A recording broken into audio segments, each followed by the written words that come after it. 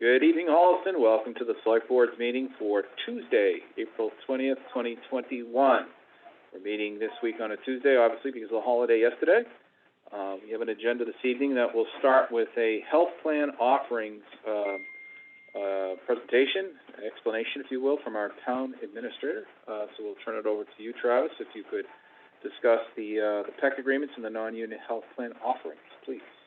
Yeah, so actually the non-union health plan offerings is no longer needed as the PEC agreement was reached, and they will fall under that. So we can knock letter B off of here, and we'll go into the PEC agreements for the Chapter 21 through 23 and the 150E. So Mary Bosquet and myself, later joined by our new HR benefits specialist, was sitting down with the PEC, the Public Employee Committee, over the last few months in a very involved process of looking at the health care of the town for employees. We are currently with the West Suburban Health Group. We engaged a consultant to come in. Her name is Sue Shalou from Cooking Company to weigh us against other alternatives outside of the West Suburban Health Group. We looked at the GIC and Maya, and it came back that we had the best current deal through the West Suburban Health Group. So it was made as a decision with the PEC to stick with that. With that, we needed to work out an agreement for the next 3 years. We're at the end of the last 3-year agreement with the PEC. And so with that, I will get into just the very high level. The agreement does have a trigger that if there's any substantive changes made by the offerings of the West Suburban Health Group, that we'll sit back down with the PEC in good faith and work through those. We're aware of the fact that Harvard, Tufts, and Fallon all have changes coming most likely in the next 3 years. So it's very likely that we'll be sitting down again to work through those with the PEC. But as it is written in the 2 MOAs that you have in front of you, these are 3-year agreements through the end of fiscal year 24. The main change in the PEC agreement for Chapter 21 through 23 is that the town will cover the cost of the FSAs. It's about $60 per person per year. Otherwise, that agreement is pretty much the same as the last 3 years. Additionally, there is an agreement under 150E with each of the individual bargaining units that gives access to all union employees to the high-deductible health plan offerings through the West Suburban Health Group. Non-union employees have had access to those plans for the last 3 years, and now all employees of the town will have access.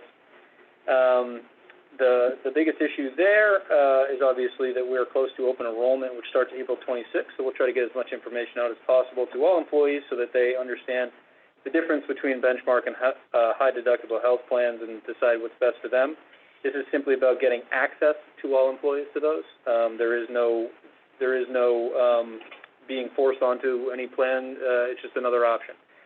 What is in there, though, is that what we agreed to is that if there are savings associated with any migration of employees to the high-deductible health plan, we'll calculate that over the first 2 years of this agreement, and then there will be a cost sharing there will be a savings sharing in year 3 of the agreement, in which a stipend would be processed for 25% of the savings over the first 2 years.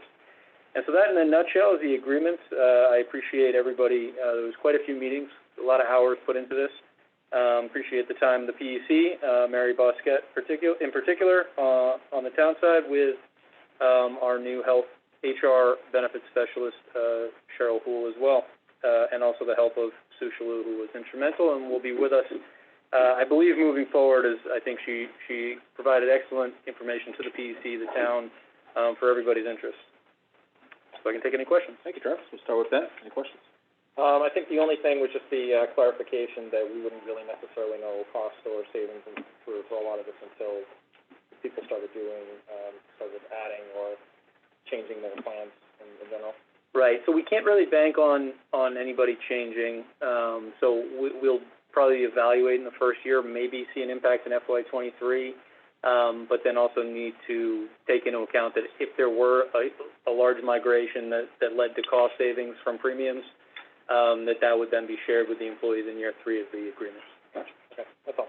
Thanks. Tina? Yeah, I have 2. So you've said this before. I just want to confirm the unions that have accepted this agreement, they do not need to ratify. This is going to affect.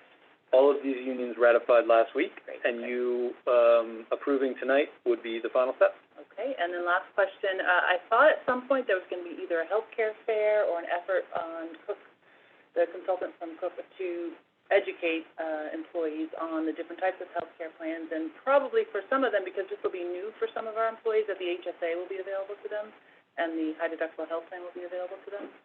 Some Yes. have not had access to that. That's correct. Okay. So quite a bit of information is going out in physical copies. We do have an issue, obviously, through COVID, where Yeah. the standard sort of benefits fair is a little bit different. It's a lot virtual. We're sending a lot of physical paper to people's houses. But we will also have Sue Shalou, informational video series that are available for each of these plans to be out there. If anybody's interested, we'll get them the information.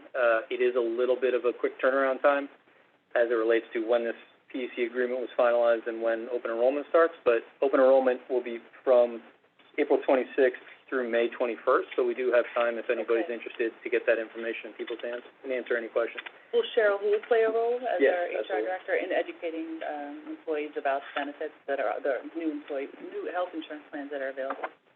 Yeah, so Mary and Cheryl can go around and sort of do smaller groups, information-wise. Also, we'll have a Q&A virtually set up, I believe it's May 12th.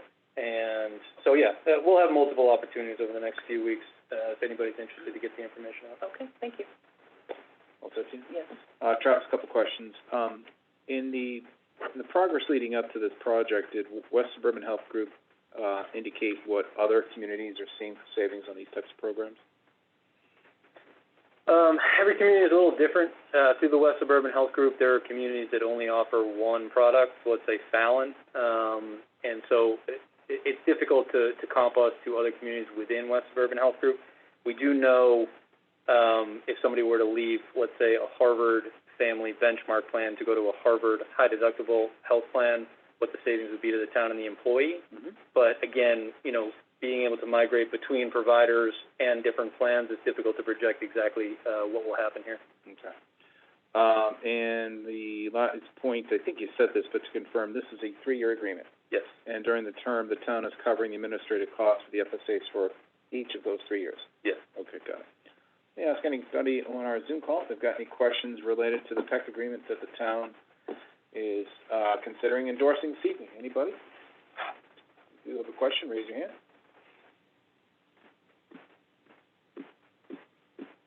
Hearing none. So at this point, I'll entertain a motion to approve the PEC agreement that has been negotiated between the town and its respective unions. This is the Public Employee Committee pursuant to Chapter 32B of the General Laws, Sections 21 and 22. So I'll move to authorize the memorandum of agreement between the town and the Public Employee Committee, PEC, pursuant to Sections 21 and 22 of Chapter 32B of the General Laws to be effective July 1st, 2021 through June 30th, 2024. Thanks, Linda. Second. I'll second that. All those in favor say aye. Aye. That carries. I want to thank you very much, Travis. I know this. We got one more motion. I know this has taken a lot of your time, so much appreciated. You have another one.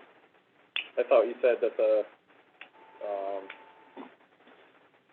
You mentioned that the collective bargaining agreement prong is not needed, Travis? So No, I'm sorry, the non-union health plan offering, okay. There's a second motion as it relates to the 150E. Got it, okay, separate agreement. I get you, okay. So I'm gonna move to authorize the memorandum of agreement between the town and all individual bargaining units pursuant to Mass General Law, Chapter 150E. Have a motion? I'll second that. All those in favor say aye. Aye. I think that wraps it up. Thank you very much. Thank you. All right, then, thanks. We'll move on to our coronavirus community update with Chief Cassidy. Hi, Mike. Good evening. Good evening. Thank you for having me. Thanks for bringing the great weather. I take no credit. Gotta blame somebody. I assume all blame. So, since last week, so this is a period covering 8 days instead of the normal 7 days, we had an additional 19 cases that have been added to our list. We have not been notified of any additional recoveries or any additional COVID-related fatalities. We have active cases spread out over 38 addresses, which is an increase of 14 in the last 8 days. So we see a significant increase in single-family homes, a few more clusters at single-family homes, just one more single case at a multifamily dwelling. Our new cases came in 8 on Thursday, 4 on Friday, 5 yesterday, and 2 today. So looking at the graph, we have not had any cases that have cleared since April 5th, which is why we have been sort of at a plateau in the last couple of weeks for case recoveries.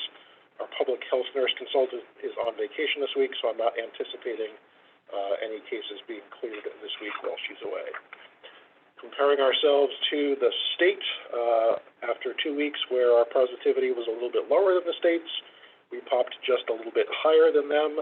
On Thursday, when the state gave out their weekly report, our positivity was 2.37, the state's was 2.30, but I'm pleased to report that we are still 12 weeks now in the yellow, and we are just continuing to hover right there around the state average. In terms of how we're doing in communities around us, the number of red communities in the Commonwealth went down from 77 to 59, and right now the only red community near us is Milford. Sherburne's in the gray, and Millis transitioned to green. And last week, the chair had asked, what does it take for us to go from yellow to green? So I wanted to make sure that I put all of the specific metrics up. These have been the metrics that have been in place since November 6th, when the Commonwealth changed their designation categories to more in line with the CDC and what other states were doing. So for us to get to the green, we would need to have fewer than 10 average daily cases per 100,000 in population and more than 10 total cases. So Is that over 14 days? yes. So our average daily incident rate for the last couple months have been ranging anywhere between 30.7 down to a low of 13. So we haven't quite gotten there. And our positivity rate obviously has moved all the way from a low of 1.82 in the last couple months up to 3.58. Good news is we haven't been over 5% since January 21st, which is why we've been in the yellow for 12 weeks. Continuing to look at positivity trends, again, good trend line from the Commonwealth. We continue to trend down at the state level, and as we've indicated earlier, that the positivity is an early indicator and the hospitalizations is a late, next slide, is a late indicator. So hospitalizations tend to lag behind positivity by a few weeks. We are very pleased, next slide, that as of yesterday, individuals 16 and older who live, work, or study in Massachusetts can now be vaccinated. So we are encouraging folks to sign up if they have not done so already. Get on the waiting list when they contact you to let you know that it is your opportunity to sign up and register. You'll have 24 hours to respond. So we would definitely encourage folks who are eligible, 16 and older, to register. In terms of vaccination, for Holliston residents, as of last week when the public report was issued for the week, 54% of our residents are at least partially vaccinated. I know last week Mr. Sparrow had questioned some of the age groups outside of the 75 and older and 65 to 74, which we've been reporting on. So I did include those numbers as well. Obviously, individuals 0 to 19, not many of them had been eligible unless they were in a particular comorbidity, but pleased to see almost half of the individuals 20 to 29, more than half of the individuals 30 to 49, and 7 out of 10 individuals 50 to 64 had already gotten at least one shot in the series, and just over 30% of our residents are fully vaccinated. We would like to remind folks that we are part of a regional collaborative and that there are Holliston-specific appointments available on Friday. We did send out a note using Blackboard notification. We also posted some content to the town website, including the public-facing appointment link, as well as the private link that was available. I got some good feedback from someone who took advantage of the private link and was delighted that within 5 minutes she had received an appointment for Friday, which is when the Holliston allotment of shots are. So this week, the regional vaccination site is running Wednesday, Thursday, Friday from 9 a.m. to 2 p.m., and we do have a certain number of slots available for Holliston residents or individuals who work in Holliston, so that private link did go out via email to those who are signed up for the Blackboard notification, and is also currently on our Facebook page. I know there's been some question, next slide, about the Johnson & Johnson pause. It's possible that that could be lifted as quickly as Friday. That will not impact our regional collaborative because the regional collaborative is giving out the Moderna vaccine, which means that it's for individuals 18 and older. The Johnson & Johnson was primarily in this region available at some of the retail pharmacies and was also being used for the in-home vaccination project through the Department of Public Health. So whether or not that gets reopened and available on Friday won't really significantly impact our numbers. And with that, I will pause for questions.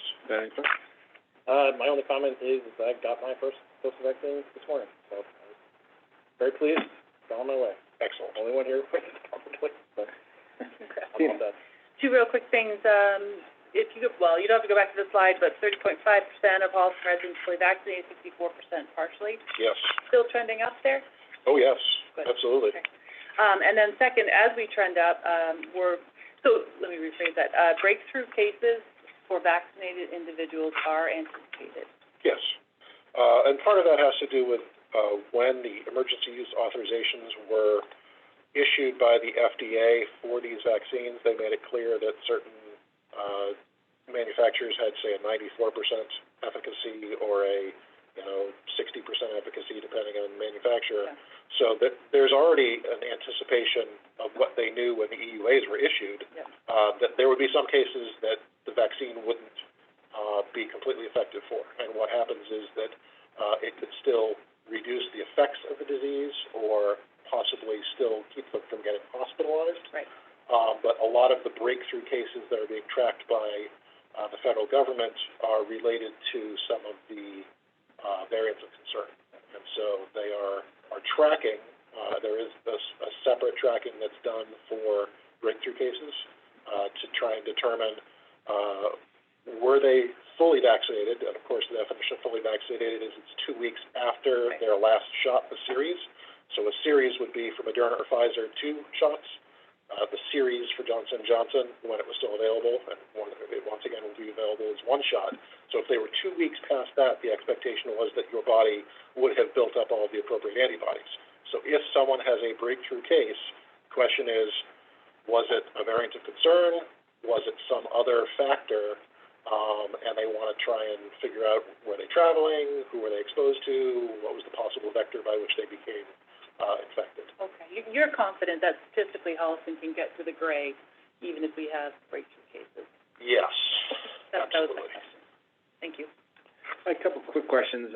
This one I think I asked you a year ago and I already forget the answer, but it occurred to me as we're looking at positivity, does that measure just residents or people that work in Holliston? I can't remember. Just residents. So it is related to the zip code associated with their health record. Okay, all right. With respect to the number of folks in Holliston that are getting vaccinated, do you have numbers on those over 65 years old rather, that have not been vaccinated yet? 96% of individuals 65 to 74 had received at least 1 shot, and 100% of the individuals 75 and older had received at least 1 shot. And, we had Linda on our call before she left us. Yes. But she was actually on here earlier tonight, I think, as well. Is Linda on the call right now, Chris? If I could just ask Linda to come in. I Linda, how are you am. today? I'm So good. How are Linda. you? Good. Linda, just introduce yourself real quick, and then I just have a quick question for you. Sure. Linda Marshall, consultant to the Holliston Senior Center. There you go. Congratulations on your promotion. I wanted to just check in on the status of our elderly population regarding vaccinations. The chief is putting up the screen. I'm sure, I don't know if you can see it, but he just uttered 96% of folks 65 or older are vaccinated. Are there any would the delta of 4% represent people that do not want the vaccine, or is the Council on Aging still trying to track down some folks that are in need of a vaccine at that age group? Well, we're certainly trying to track down anyone. We did get a family that reached out to us just as we were closing this afternoon. So we're going to work with them on their family member tomorrow. We are aware of a very small number of our folks that are still not trusting of the vaccine. We're trying to continue to educate them, and not only to their benefit, but to the benefit of others. And our goal of being able to open more as they're really wanting to come into the center and, see their friends. It is a small number. Of course, not every senior has been involved with us at the senior center. But we've been very No. pleased watching those numbers go up, the percentage every week. Okay. That's it. I just wanted to double check to make sure the Council on Aging was trying to reach those folks that had not yet been vaccinated. Sounds like you're on your way to trying to do that. Travis, you had a quick remark? No, I know there was a couple that the COA was still working on, and through the Westboro site and the private link was able to get handled last week. So I know that a couple that were sort of in that category. I think, Linda, correct me if I'm wrong, but I think the ones that we've still grappled with are the ones that may need in-home, and that's not something that currently we have a handle on. There are a couple in home that I'm aware of, although one of those got reached last week through the VNA, who was in their home, so they vaccinated a person in their home. The call we got this afternoon was also the family said was homebound, but we don't have really details on if they truly are in terms of qualifications for this. But regardless, we will help them try to figure out what their options are. I know Marty reached out briefly to them this afternoon. Good. Thanks, Linda, for that update. I really appreciate it. Good luck in your new job. Thanks. At this point, I'll ask anybody on our Zoom if they've got any questions for Chief Cassidy on the coronavirus community update. Hearing none, we will go on to the next portion of that update. Mike, the CARES update. Great. So since you met last week, we had 4 additional expenses posted to the CARES expenses in the aggregate of about $3,500. The majority of that were several air purifiers that had been received and installed at the senior center. So you see the pie chart there with the breakdown of the different categories. And that brings us to the one request that I had this week. The 4 air purifiers that were purchased and installed at the senior center were so well received that instead of just the public areas where they had originally requested to deploy them, they're now asking for them for 3 individual offices. So I'm coming this evening with a request from the facilities manager for $769, which is 3 air purifiers for the senior center. It would be the same ones that we've installed in multiple other municipal buildings. Very well received. Any questions on that from the board? Just one, that includes the filters. It comes with the original filters, Yep. yes. Okay, and then we're seeing a turnaround on some of these air purifiers for new filters in 6 months, 3 months, would you say? 6 months. 6 months, okay. So that is something with the facilities manager tracking when these are received and deployed and where they are by serial number tracking. He's able to keep track of the commodities such as the filters which need to be replaced, so that through Dude Solutions, he will have a reminder of when those need to be ordered and installed. And we're budgeting those out through the CARES Act, anticipating that there'll be another round of requests for air filter replacements before this is over in December. Yes. Okay, and then I know we're all waiting with bated breath for ARPA, but we're assuming that ARPA will cover air purifiers through 2024, is that right? That is a safe supposition. I'll get into the ARPA momentarily. Oh, I see, okay, It's all right. fine. Thank you. Of course. All set. Question I was going to ask. Thank you, Tina. Any questions related to the facilities request for air purifiers from the public? Hearing now, I will entertain a motion, Mrs. Farrell. I'll make a motion to approve the CARES Act request for air purifiers at the senior center for $769. I'll second that. All those in favor say aye. Aye. That carries. Great. And I have promised you that as soon as I get more information about ARPA, that I will provide it to you. I can share with you the only guidance that I have received, next slide, from ANF. They are tentatively telling municipalities that these are, to the best of their knowledge, based on the way the legislation was written, and not based on any guidance that they've received from Treasury, for eligible use categories, response to the public health emergency or its negative economic consequences. So this would be very similar to what we've been using the CARES funds for. So to Ms. Hines' point earlier, yes, we would be able to continue to purchase filters for air purifiers with ARPA as of January 1st, 2022. Provisions of premium pay to eligible workers as designated by the local chief municipal official, revenue replacement, which I know was something that you had been lobbying for with the CARES funds, but it never came, and then investments in water, sewer, and broadband infrastructure. So in terms of what's similar but what's different, the call that I was on last week, ANF did indicate that municipalities may be able to develop business assistance programs. So this would be similar to what we had offered in terms of rent and mortgage relief for residents. And so I know this board has been very proactive in trying to mitigate the impact of the pandemic on our business community, and I know you've lowered or waived some fees in the past. So thinking creatively, there may be an opportunity for us to further partner with our businesses that have been impacted.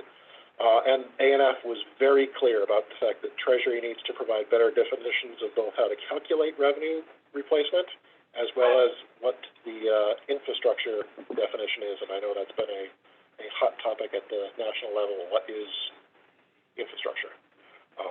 So they specifically called out water, sewer, and broadband, but I know there are hotly debated conversations about what constitutes infrastructure. But nothing else has come from Treasury, nothing else has come from ANF, but this is the four pillars that I know of currently through the end of 2024. If I may jump in, John, I can hardly believe this, so I'm not going to go out and say that I know something maybe you don't know, but Sure. the MMA has a webinar tomorrow at 10 a.m. It is the American Rescue Plan Act, a deeper dive into municipal funding opportunities presented by National League of Cities. I'm registered for it, so I'm happy to share it broadly, but it's right from the MMA. Excellent. So hopefully we'll get more than, 5 bullet points of information. They're, hour-long webinar. Yeah, MMA's projections have been Spot on. exactly right down almost to the penny in terms of what the different categories would be and the formulas they've been using.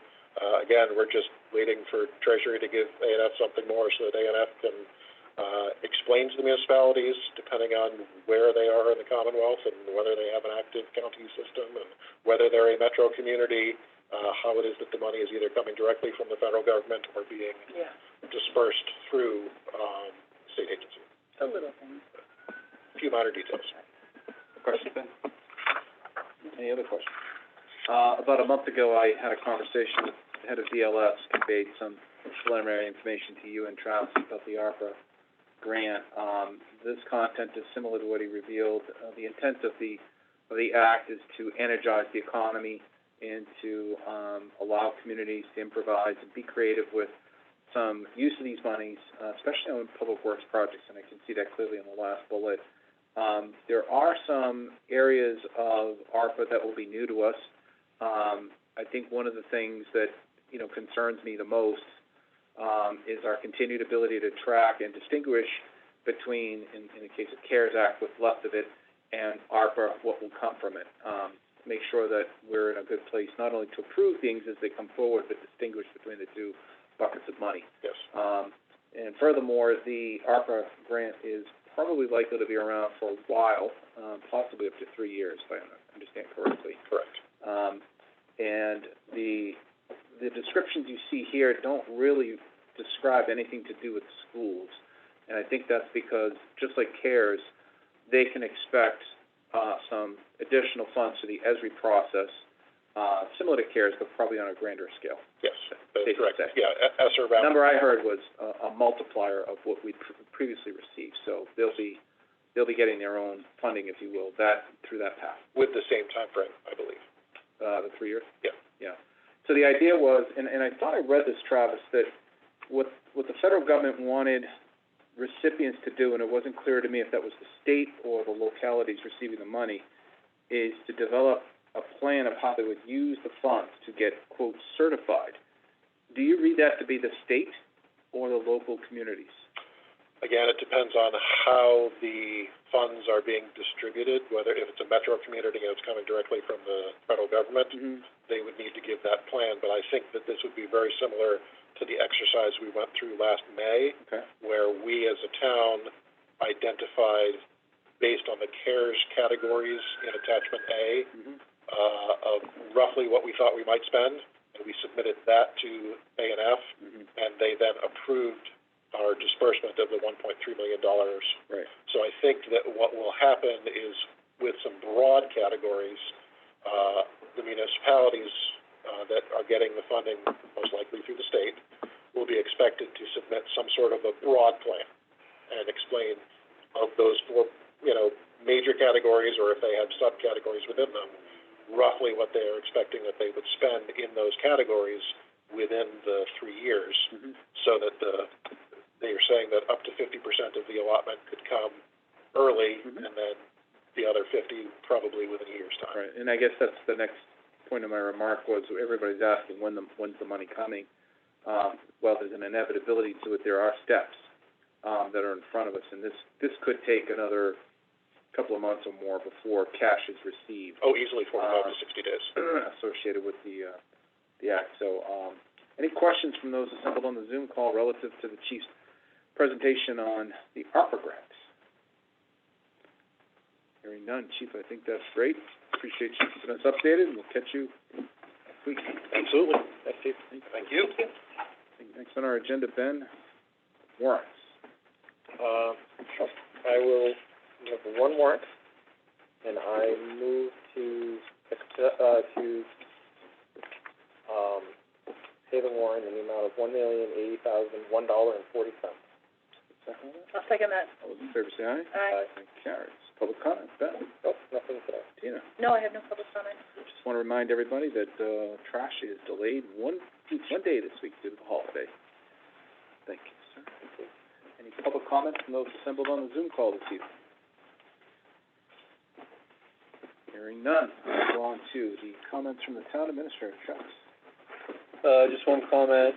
Tonight, at the select board meeting in Medway, they were discussing the information that we provided to them based on counts for South Street and Clark Street, when I believe what will be a affirmative that they are in favor of heavy commercial vehicle exclusion on South and Clark Street.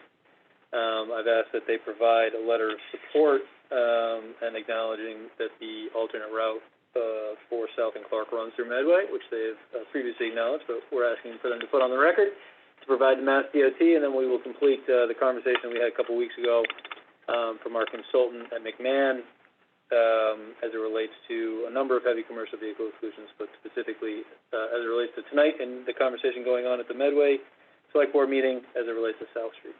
So that's all I have at the moment. I have one question on that. Do we expect then for you to bring that back to the board? I guess I thought when we had talked about it a week or two ago that we had... We're all set. Okay. The way that was drafted by McMahon was that it would be accompanied by supporting documentation from Medway, and this is the evening that it made it on their agenda. So you'll just update us at a later point that it's been sent off? I will CC you all as it is sent. Okay, great. Thank you. All right, thanks, Travis. Let's move on here. Any questions for the town administrator on his report? Hearing none. Now we'll move on to the continuation of a public hearing that was open last week relative to the Summit Point Drive road acceptance. A week ago, we heard from the developer, several residents about concerns relative to the acceptance of the road up at Summit Point. There were some issues associated with that hearing that we thought deserved some time and some additional opportunity to clarify issues. Mr. Ahern, if you don't mind, I'll ask you to introduce what has been done in the last week and where we stand today, and then we'll ask residents if they have any feedback, and certainly the developer an opportunity to weigh in as well. Would you like me to move to reopen the hearing first? That would be excellent. I will move to reopen the public hearing. Do we have to reopen it if we never closed it? You left it open. To continue it. I didn't hear you, I'm sorry. Yeah, I would vote to continue it, or reopen. It was voted to continue. Okay. So we'll take a vote to, I can't say it hurts, but I never thought we closed it, so. We did not close it. So we're just continuing it, but I would take a motion for that. Okay, so I'll move to continue the public hearing on Summit Point. I'll second that. All those in favor, aye. Aye. Aye. So, at this point, Travis, if you give us an introduction of what's been accomplished in the last week. Sure. So I followed up with a couple of the residents last week to make sure I understood the issues. We did receive some correspondence from one of the individuals who spoke last week. We can give them the ability to enter that into the record this evening, or I can certainly reference it. That was correspondence that made it to the board from Mr. Coletti. Additionally, some of the follow-up that took place when work that was referred to at last week's public hearing took place this week. Tom Smith of DPW went up there today and confirmed that an alternative to cutting the roadway that had been discussed last week as a potential issue could still address the concern of the resident at number 32, and then an inspection could be coordinated with Ali Perrand. As we discussed briefly last week, the town does not have a town engineer. We do receive engineering services through a consulting firm.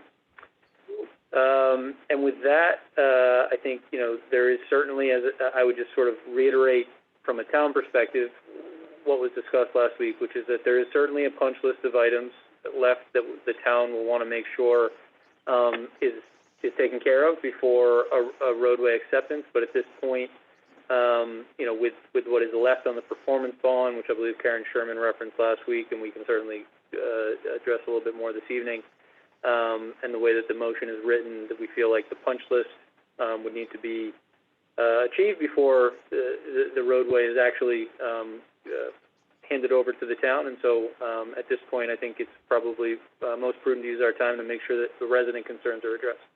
Very well. Thank you, Travis. At this point, we'll hear from any concerns relative to the Summit Point Road acceptance. If you have a concern, raise your hand. You'll be recognized. Just please announce your name and address.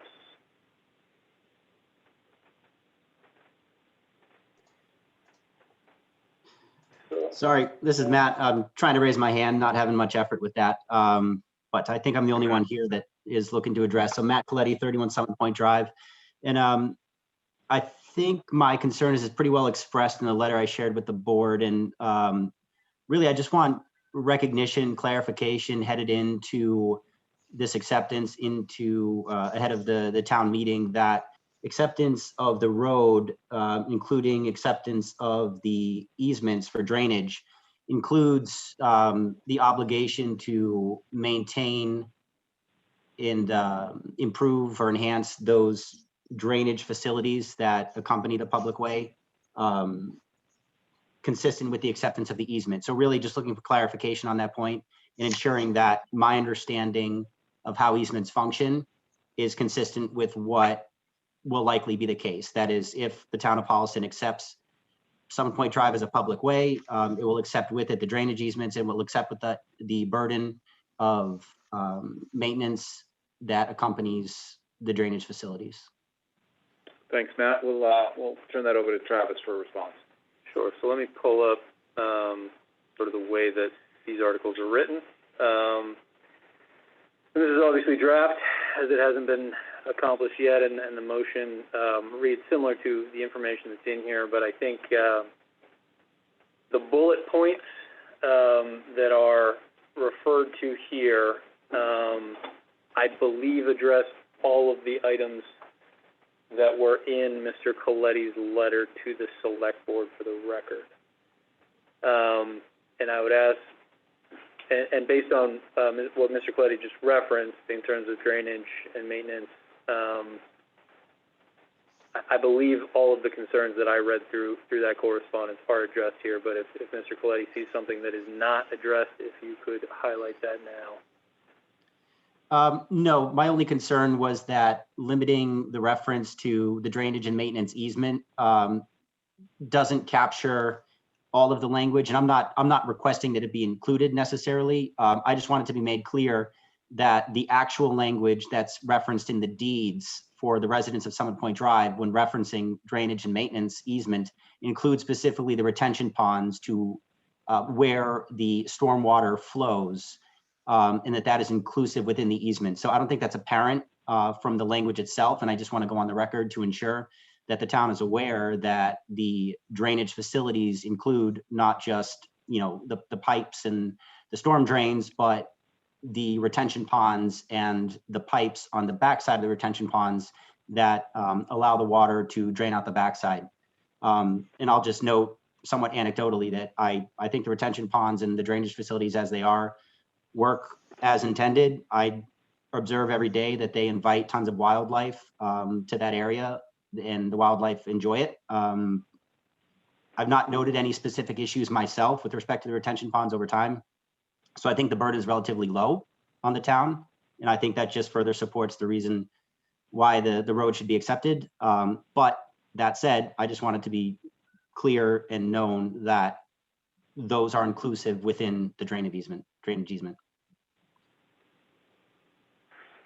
Okay, and so I guess to that point, right, and for the ponds, I think there's probably going to be clarification here between maintenance and ownership. You know, when the town is accepting the roadway and stormwater is coming from the roadway and ending up in those ponds, and there may be maintenance that is going to be required as part of that. That certainly is falling within this article. I don't think there's any question about that. In terms of the long-term ownership of those ponds, I think that might be the only thing that I can think of as a sticking point. But in terms of maintenance, I don't really have any concerns from what Mr. Coletti has mentioned. It's probably an issue more of ownership in the long run.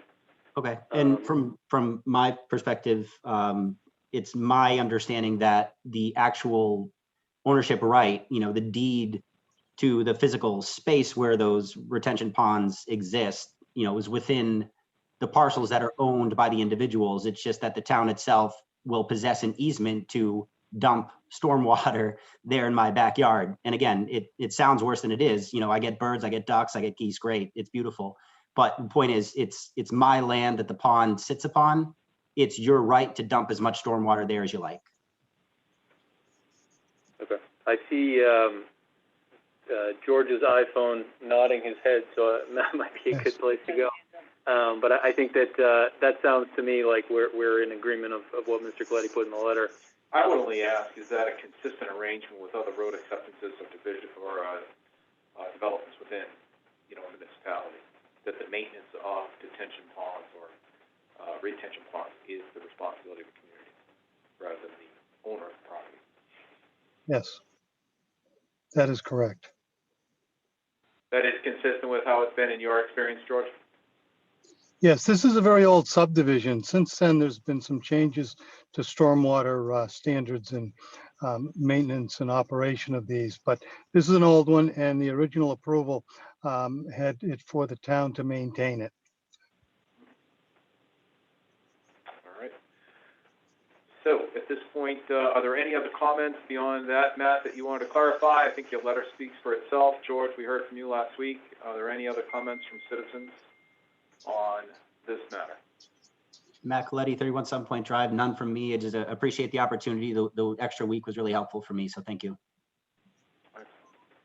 Do we have a motion to read on this one, Travis? We do. So I believe we're in favor, so Yep. do that one. Okay. I move pursuant to General Law, Chapter 82, to lay out the roadway known as Summit Point Drive, as shown on a plan entitled Plan of Acceptance of Summit Point Drive, Station 0 to 18-96.49 in Holliston, Massachusetts, and dated September 10th, 2020, which such plan shall be placed on file with the town clerk, provided that such layout is contingent upon the owner of the roadway completing all unfinished work as detailed by the planning board. Very much. Second on that? I'll second that. Any questions on that? All those in favor say aye. Aye. That carries. Matt, George, thanks for your help. Matt, I hope we see Thank you you at very town much. meeting.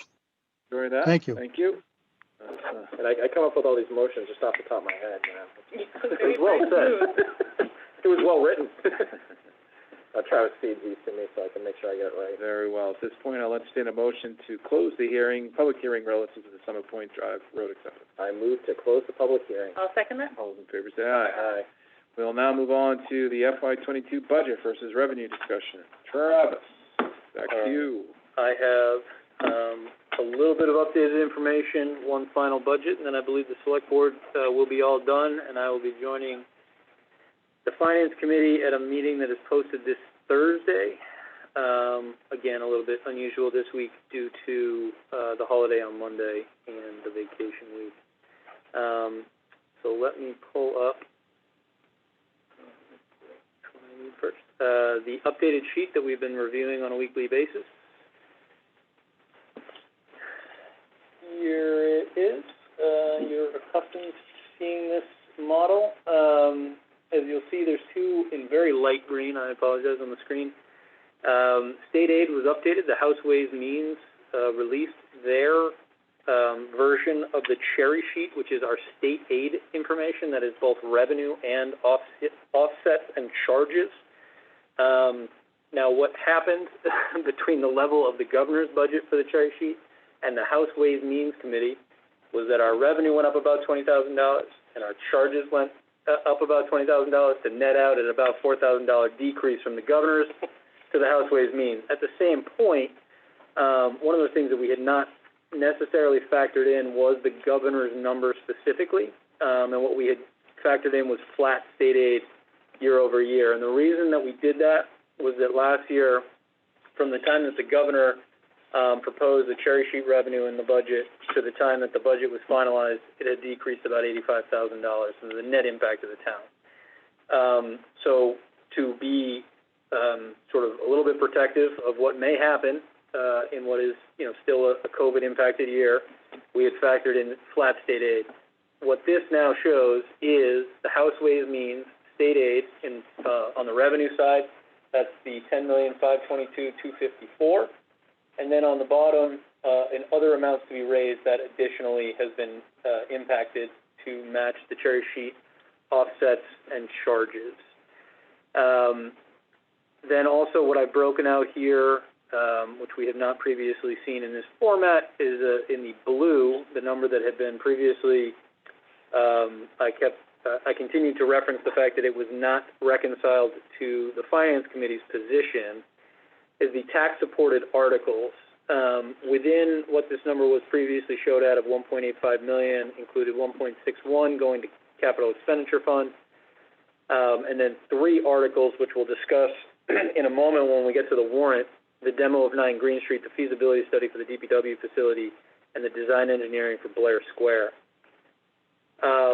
I discussed last week with the Capital Subcommittee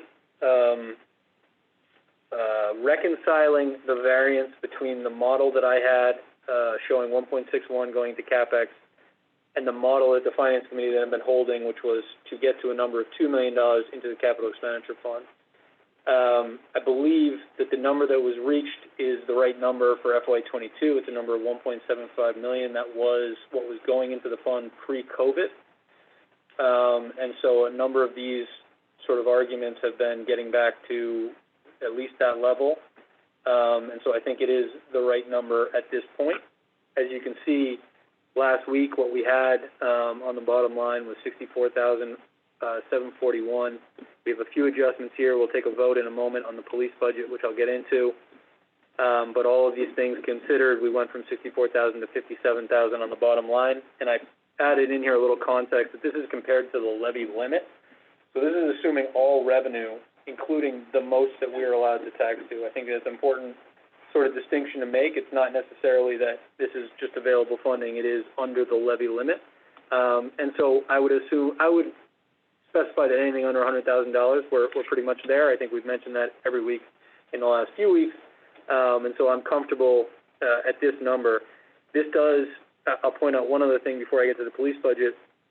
This does also factor out other budgets that are only reviewed by the Finance Committee and not by the Select Board. So those are budgets that are presented by other elected boards and committees. Think the Parks and Rec, Board of Health, Board of Assessors. Those budgets, the number that I have plugged in here is based on their request and not an adjustment that may still be coming based on a recommendation. So this is all budgets factored in at request level and with the adjustments that we have previously discussed as early as last week and that I will discuss momentarily as it relates to the police budget. So any questions on that before I get to the police budget, I suppose?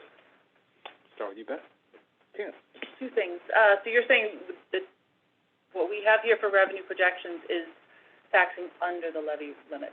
Yes, so if I scroll up to the top, this 51,370,000 is based on the Prop 2.5, the 2.5% that you're allowed to go up on the levy limit from the prior year, and it is 2.5% also on the prior year's new growth, which was $860,000.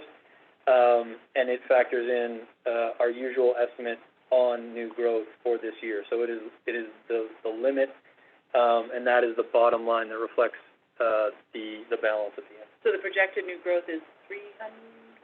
325. Okay. How does this trend for previous budget rounds? Have you tracked that at all? You might not have, and that's fine. I'm just wondering in terms of leaving, well, no, I won't say that, but in terms of not check. FY21, so the way that I would word it is unused levy capacity, because that's the technical DLS term.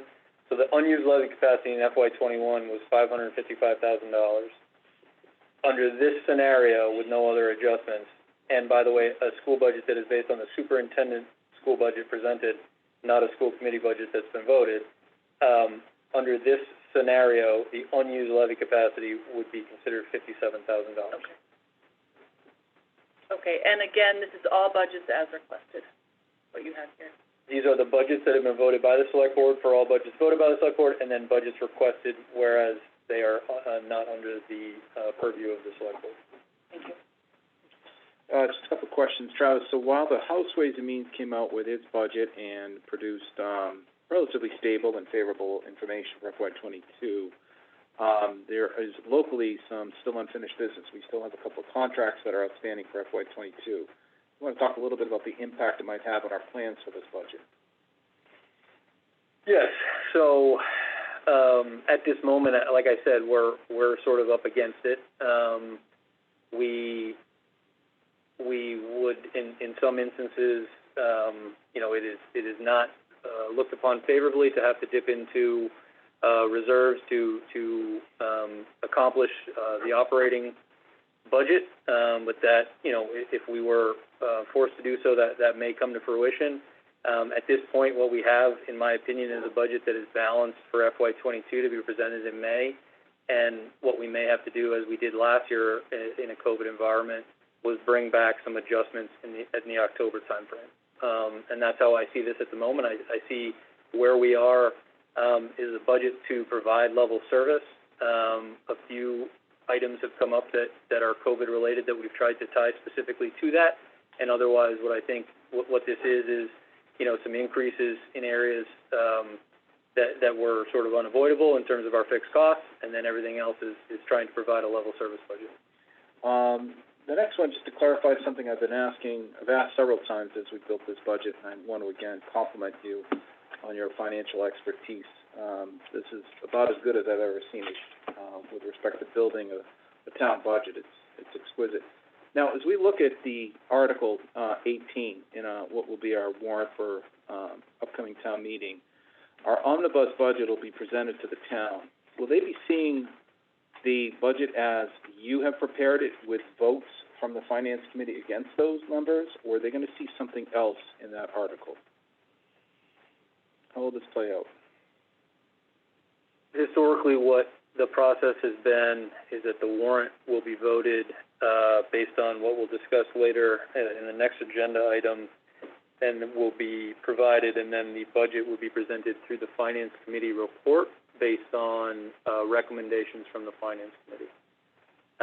At this moment, with a balanced budget that we have, and again, some items that I think can be adjusted but are not technically in our current format under the purview of the Select Board, there may be some adjustments down in terms of the recommendations on those budgets, but at the same point, I don't have anything to compare it to other than the departmental request.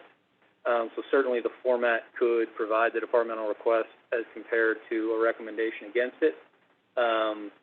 But otherwise, I don't see a difference in the format. If there were a difference in a recommendation between the Select Board's requested budget and the Finance Committee recommendation, we could probably look to do the same.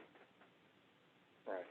Well, I think that's one of the concerns I have, is that if the Finance Committee moves to finalize their view of the world, including votes on budgets that are outside the Select Board's control, they may very well find some savings against the bottom line, for example. And as we settle on what we think is a balanced budget, one wonders what would happen to that surplus. Right, and so to Ms. Simon's earlier question about where we stand as compared to previous years, certainly at 57,000 currently projected as unused levy capacity, that's a number that is substantially less than what we had come to in FY21. So I certainly would not have any issue with making sure that was sort of left on there, right, with eyes on potentially needing it in October, or if it were there as in sort of the same general mindset as we had in FY21, which was to intentionally hit a number. But at this point, it would be unclear to me if there were adjustments made, what the end result of that would be. Well, I guess we'll have to wait and see what the Finance Committee develops and then have further discussions about any money that ends up on the table as a result of their votes. Did you want to bring up some additional points on the budget, including the police, Travis? Yes, so let me just pull that up. One of the things that we had discussed previously was the addition of the 26th police officer. That is part of a multi-year, planning that the chief has implemented in terms of getting the number of police officers up to the, generally speaking, where you see versus population and other demographics. I think he presented an excellent case for that, and when we last discussed, that was included in here. As the chair previously mentioned, there are some other things up in the air at the moment as it relates to the police budget, including collective bargaining. So at this time, the 26 police officers have been removed from this budget. There have been some adjustments elsewhere, and the bottom line goes down slightly and fits within the overall picture that we just showed previously. So I would ask that you revote this number here, and that we discuss, the priority of the board as it relates to the 26th police officer, either coming up as soon as FY23 or earlier, as opportunity may present itself. So in effect, the reality of our balance sheet is dictating that the 26th officer, which was previously voted as a priority of this board, will have to be set aside for reconsideration at a later date. I'd like to ask the board to consider evaluating that possibility as early as October. Normally we don't add positions in October because we might be deferring something due to our financial position. The benefit of bringing the person on in October might very well feed into the schedule of backfills and training that the new officer can enjoy.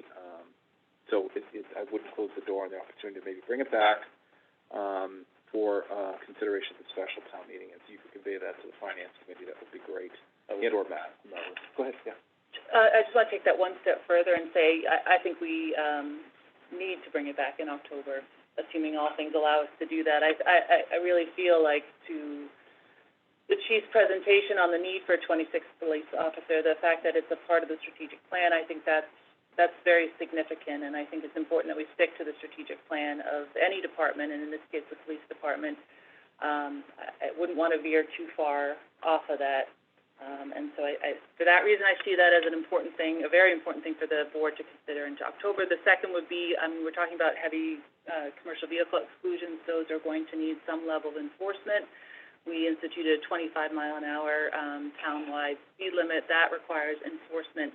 I think our residents have cried out for enforcement through their various concerns that they brought before this board, so I see a real benefit and need to addressing the chief's request for additional officers in his department, and then I think of his comments in his presentation on just his overall department and operational goals and the benefit, as he stated, for 26 police officers. So I echo John and take it one step further and say that I expect to see a good conversation in October, or as we head into October, to make a budget adjustment to give the police department an opportunity to hire that 26th police officer.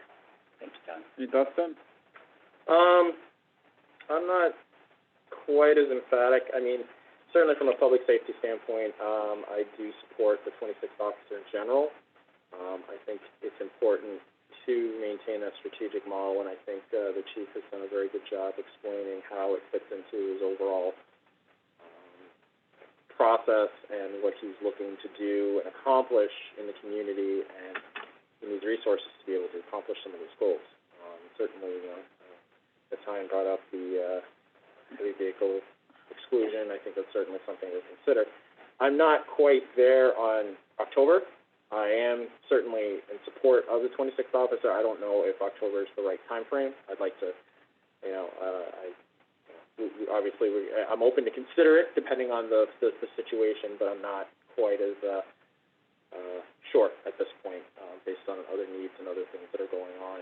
It might be another budget, might be an FY23 consideration in my eyes, but I am just one vote. So that's where I am. Ben, can I have a follow-up question on that one? Sure. Would you then, at that point, consider 2 officers to make up?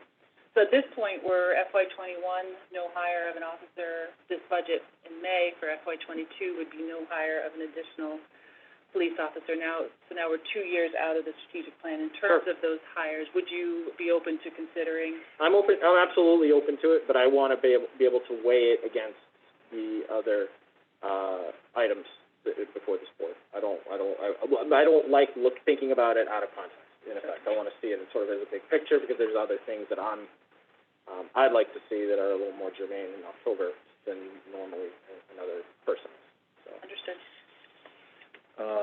Very well. At this point, I think it's important to take a revote of the police department budget for FY22. I'll ask the clerk to read that motion and the number, if you have it. Sure. Yes, I do have it now. Yes.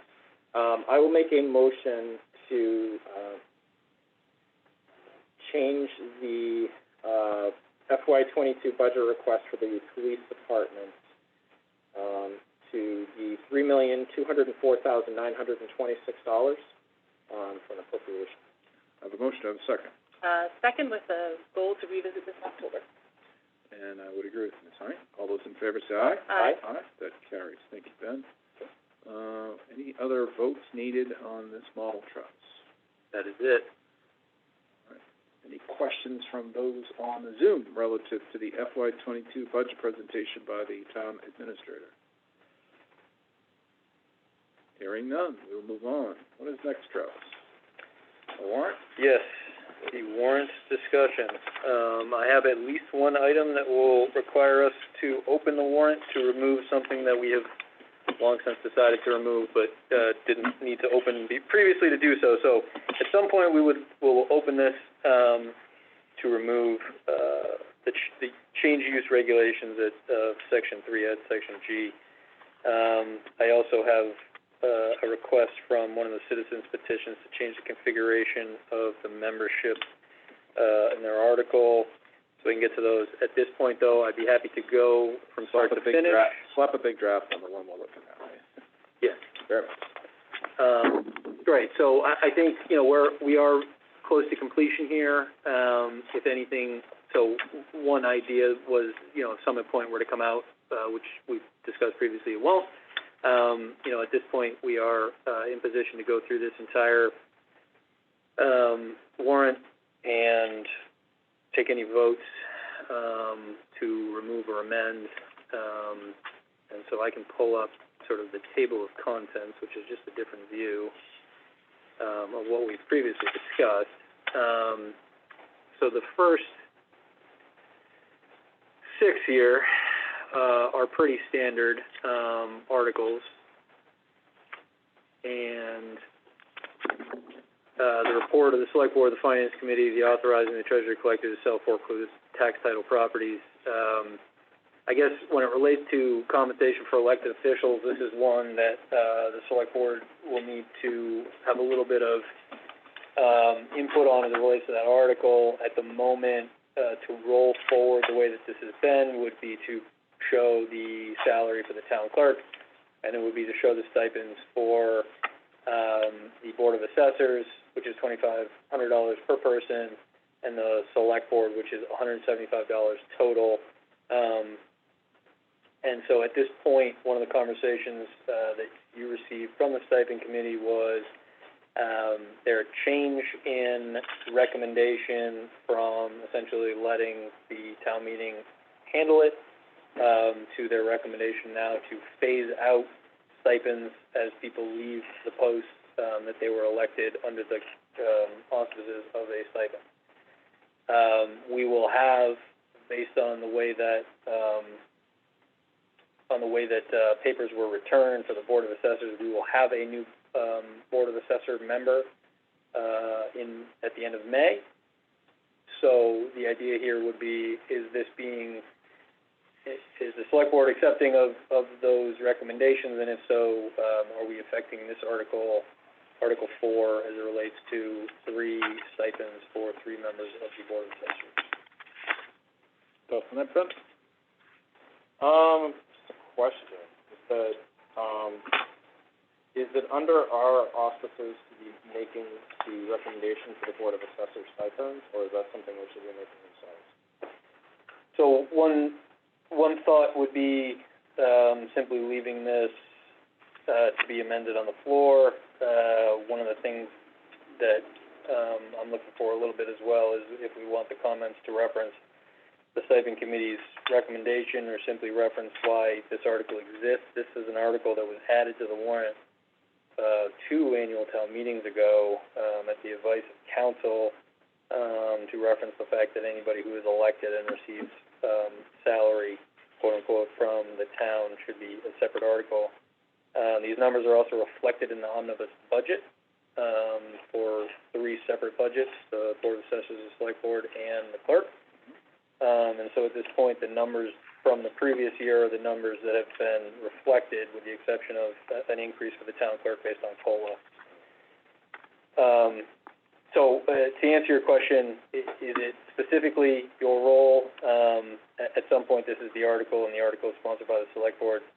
So certainly, if you wanted to adjust it, I can do that. If you'd like to leave it based on prior year and let town meeting take action, I think that was the original recommendation of Stevenson. Yeah, I think I'd prefer that. I don't really feel comfortable changing the Board of Assessors composition.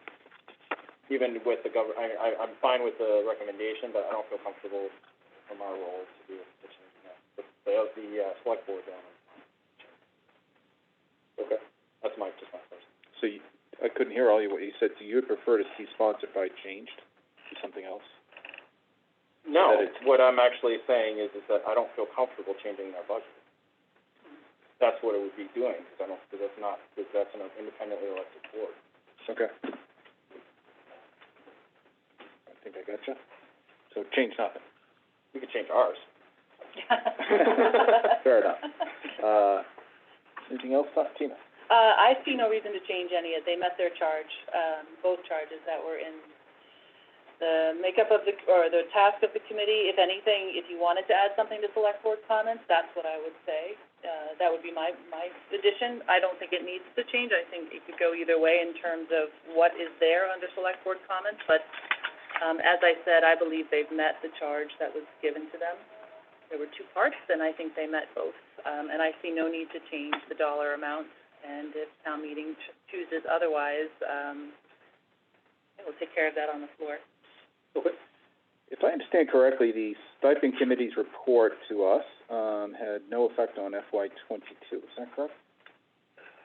So it would all depend on the position change in the Board of Assessors, right? So the question, I guess, would be if the new person coming in the Board of Assessors, although their papers were returned prior to the stipend committee's recommendation, that would be really the only impetus for FY22 specifically. Okay. So no change technically to the FY22 according to the stipend committee's recommendation, correct? Theoretically. And if I understand correctly, the stipend committee made some recommendations that would have some bearing on out years, some kind of a phase-out approach. Yep, phase out. In my understanding of legislative procedures, the idea that a sitting board can commit to future year boards is something that is frowned upon. So as far as I'm concerned, we leave the article intact, and that the board next year, and the year after, and the year after will have to take up the recommendations of the stipend committee to find out if they agree with them. Effectively, that's how I see it. So far as I'm concerned, the way it's drafted is sufficient. And we are advised by the stipend committee, and we took their advice. The FY '22 picture is firm, and it's representative here. Okay. All right, any questions on that, Ben? No, I think it makes sense. Tina? Only John would have then, so I'll be literal for a minute, then next year, as we head into May of next year, it will continue to say, keep the stipend for those serving or running to serve it. Keep the stipend for those serving or choosing to run, who chose to run in 2021. That is their recommendation. Well, I think if we could go into the TARDIS machine right now and go forward a year, and the board sitting here is presuming what's going on, I agree with Ben. If the stipend committee was proposing that the select board would not have a stipend of some design, then the select board makes a decision of that component, or that prong of this article. Prior to even writing Article 4. Right, and Okay. that, as Ben said, then the Board of Assessors are heard from, because they're an independently elected board, and they agree or disagree, and you go through the process. But that's next year, and I think there's got to be, like there is in any other budget development, some good old-fashioned dialogue about how that goes. So as far as I'm concerned, that's the way I see it. All right. Do you want to take votes on these as we go forward? So that was the first one. I think we can do it in groups if you'd like, since we do have 37. But I don't think we want to take votes individually. I think that may hold us up here. So I think if we see any that need to be amended, that we make those changes and then vote it as a whole is probably the ideal. All right, so you passed over Article 3.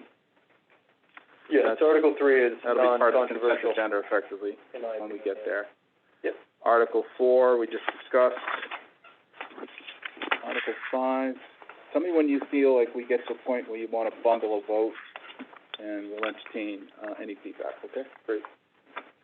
So Article 5 of pay unpaid bills, we do have two bills. It seems we're related mostly to the handling of legal as it relates to the way that we used to have the system of not everything being under one flat fee, so bills got sent to different departments and didn't get centralized through my office. And we've addressed that, which is good. These are two small bills from FY '20 that we can't pay without town meeting approval. As it relates to current fiscal year transfers, I will, if you don't mind, I will wait until the very last moment. As it relates to water, I'm just going to check in with the town accountant one more time. At the moment, we look like we can stay within the bottom line. At the same point, there was an omission in the water budget for FY '21, which we've covered through this board reviewing their 22 requests. And the FinCom also discussed it with Sean Reese. So if we do need to cover it, I want to have it on here. But if we can get by without, I will pull it. Article 7, as it relates to, this is the standard amend consolidated personnel bylaws. This is where we add the COLA and make any necessary changes to the job classification plan, which is our grade 50 through 500. It is additionally has the M schedule, which is the department heads, and then it has job compensation for intermittent, and then also the fire department. I would highlight a few changes here, and so this is a town administrator sponsored article, so I'll highlight a couple changes here, noting actually that I need to add something to the comment, which is the fire schedule. So the changes that were made to the M schedule will be based on previous discussions to add the town administrator / HR director role, reclass the building inspector from M2 to M3, which does not change the pay. It is just a reclass based on some feedback from consultant.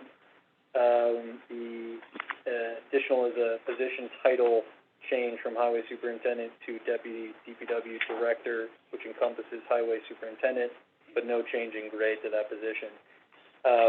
And so all of that is in my current draft of the comments. What I would add also is that the fire chief sat down and worked with Mary Bosquet on the firefighter rates as it relates to shift differential, which is something quite common that we see in the collective bargaining for the police, but was not previously in these rates as it relates to the fire, schedules. So the budget that you've obviously previously discussed and voted, this is sort of the mechanics of it.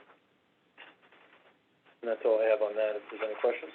Questions on the article? So I have, just more of like a logistical question for the shift differential. Let's say hypothetically the finance committee does not recommend it, we would have to change the schedule. And like we wanted, that was what town meeting approved, let me rephrase that. Town meeting approved did not approve the shift differential. We would have to adjust the schedule, we have to go back and change it. It looks like the shift differential is pretty much, separated out here. So I would think that we would be fine with this current schedule. It simply would not be authorized to be paid through the budget. The chief is nodding in agreement. Okay. So if you notice, the way that it is written, Yeah. Is essentially an additional hourly cost. Okay. For standby. Got it. So it's, the structure separates it enough that we could still maintain if Got it. town meeting were not to approve, Okay. The shift diff Okay. request. Cool. All right. Great. And then it would just be cleaning it up at a later date to remove it if town meeting did not approve it and we were not to bring it back. We would just remove from, okay, Wouldn't apply. right, got it. Travis, one item, on page 5, the, position with the assistant town administrator grade is shown as M3. I thought we'd previously discussed making that an M4. I have an email from you on March 29th confirming that. Yes, my comment references M4, and so I need to update that. So the M4 idea here, essentially is the treasurer collector is an M4 for the specific reason that, she has acted in a role very similar to what we're discussing here, in taking on a number of HR roles, that we will probably not find at the time that, that specific employee retires and we need to replace the treasurer collector. So that the taking on of two roles, the assistant town administrator and the HR director role, would situate at M4. The treasurer collector role is currently M4 because of the number of items that the treasurer collector does in the HR realm, but when we replace the treasurer collector, that it would go to M3 with the other finance staff, which is the principal assessor and town accountant, and that the assistant town administrator and HR director would be M4. So I can correct that. It's written correctly in the comment, not correctly in the schedule. Is there any issue, that anybody has with that? Nope. I'll make that change. All right, so this would be the last one, and then I think we take a break before we get to the governance committee one. Amend consolidated personnel bylaw. This is a non-standard one, that was made at the recommendation of Labor Council, with Mary Busquette and I working with Labor Council. A couple items that have essentially come up is, we currently have a 90-day probationary period, where a new employee we sort of consider and then, in some instances would get a pay bump at the 90-day period, and would be considered sort of through their probationary period for a number of reasons and causes. The idea is that most places you'll see is a 6-month probationary period, right, effectively going from 90 days to 180 days.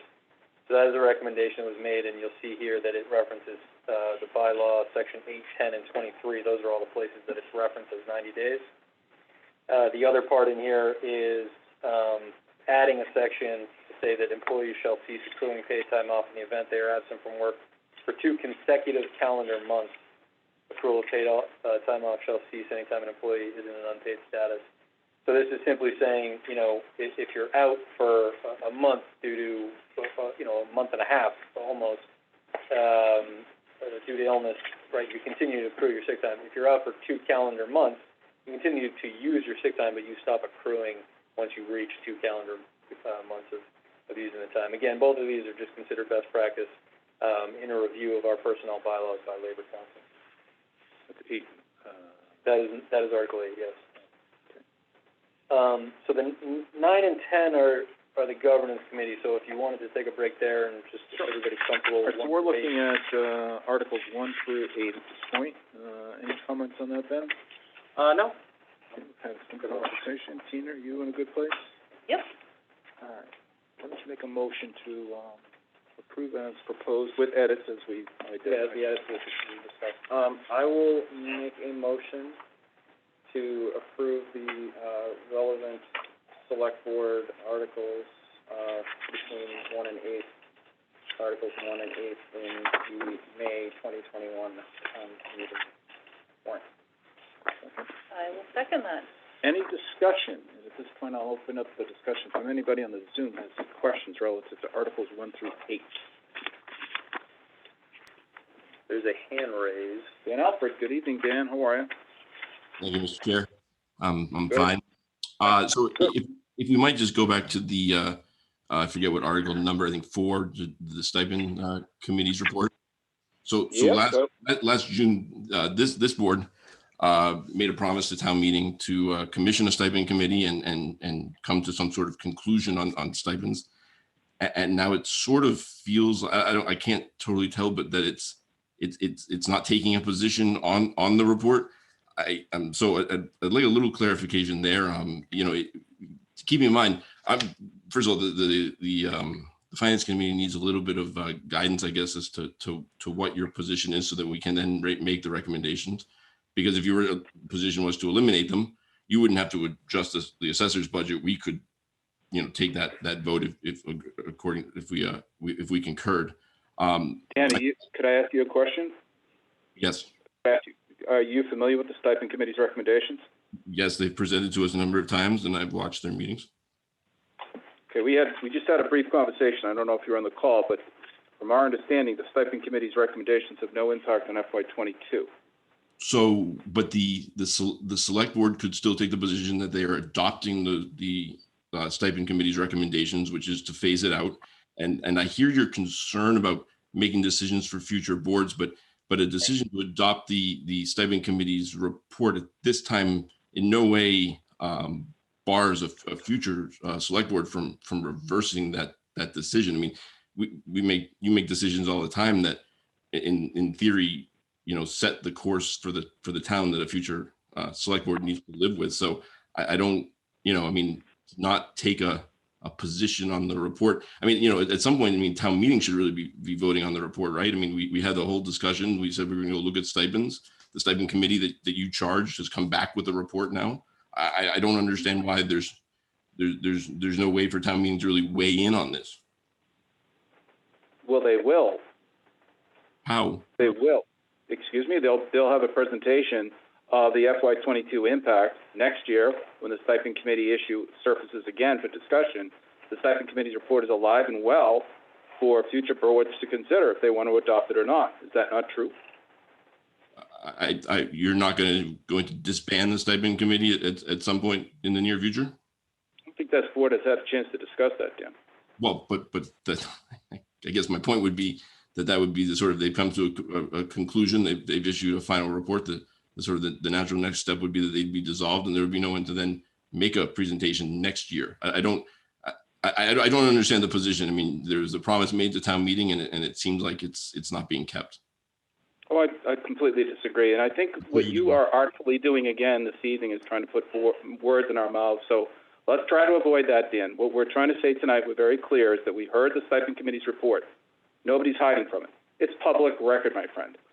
Those discussions have been widely had.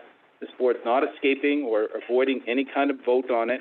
We're simply looking at on its face what we can do for the FY22 warrant. I think that's clearly explained here. What you're trying to insinuate is the board is avoiding something, and it's furthest from the truth. You just heard our discussion about it. And I guess I'm confused over why you're confused. Maybe you could help clear that up. Well, first of all, I'm not putting any words in your mouth. You've decided not to take a vote or any action on the report of a committee that you charged. Right? That's indisputable. That's what you're doing. Mm-hmm. Could I just make a quick point here? Please, go right ahead. So I think what's a little tricky here is because, we're going to, from my understanding from that conversation, is we're going to include comments from the stipend committee in the select board comments. So it's going to be directly in the what's presented at town meeting. And then additionally, based on their recommendations, because it's a phase out as opposed to a complete dissolution all at once, it's sort of, this particular article is about the compensation for elected officials, and it would be over time, it would have to be phased out over a couple of years based on when people were elected. And if someone new comes in, the idea would be that they would not receive a stipend. But if someone who's already, who's on their current term would serve out their term and be paid the stipend. So the idea here is that the stipends would not change until somebody leaves, and it would have to sort of, if I'm understanding, I'm not sure if there's a mechanic that we could do, or that anyone could, that beyond our own budget here anyway, that would adopt that for the future. I don't really understand how we would be able to approve it under this context. Well, there could have been a warrant article, and I guess that probably is the way that it should have been handled. The way that I would recommend it being handled at this moment, if the board chose to take a position, would be under this article. The comment would be that the select board recommends, accepting the stipend committee's report to phase out stipends over, the next 3 years. While it has no impact on fiscal year 22's budget, we're recommending that, going forward, that it would be reduced by 1/3, essentially, each year going forward, subject to future town meetings, agreeing, but at least there would be a vote from the town, subject to it being amended on the floor town meeting too, right? If that was the motion. And that there would be something on the record. Right now, there would be nothing on the record. So that to me is absolutely punting, but you can disagree with me all you want, but Any comments, Tina, you good? I'm good with what we have for Article 4, yeah. I mean, to be honest, I feel like this conversation is complicating the select board action because of a disagreement over the language for Article 4. Dan, I've prepared my comments tonight based on what I viewed as the logical outcome of the stipend committee's recommendations. I understand that there's perhaps some confusion, but I would argue that that's because there's disagreement with Article 4 language. I feel we have, as I stated, the committee met their charge. They provided 2 recommendations.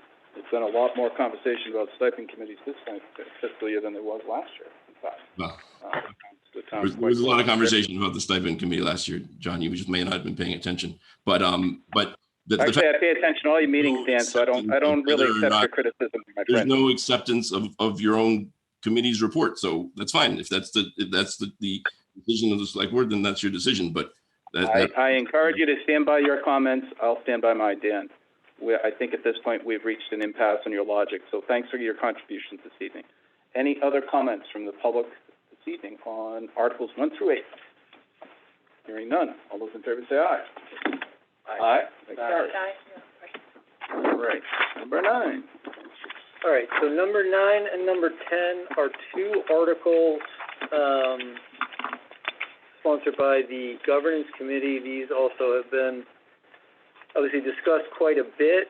I think from a warrant structure standpoint, what you'll see in the printed version here, which is a draft that I think, again, we're sort of reaching the ability to get it out so everybody can view the whole picture here. But so Article 9, the way that it currently reads would be to see if the town will vote to amend its general bylaws by 1, adding a new article, and I'm not going to read the Roman numerals, entitled Fiscal Procedures, and 2, amending Article, I want to say that's 4, entitled Finance Committee, and deleting Article 33, entitled Capital Improvement Program, all shown on Exhibit A attached to this warrant. So essentially, that the many pages that have been up on the Governance Committee's website for people to review, that have been sort of gone back and forth on, that within the warrant itself, Article 9 and Article 10 would essentially reference the full language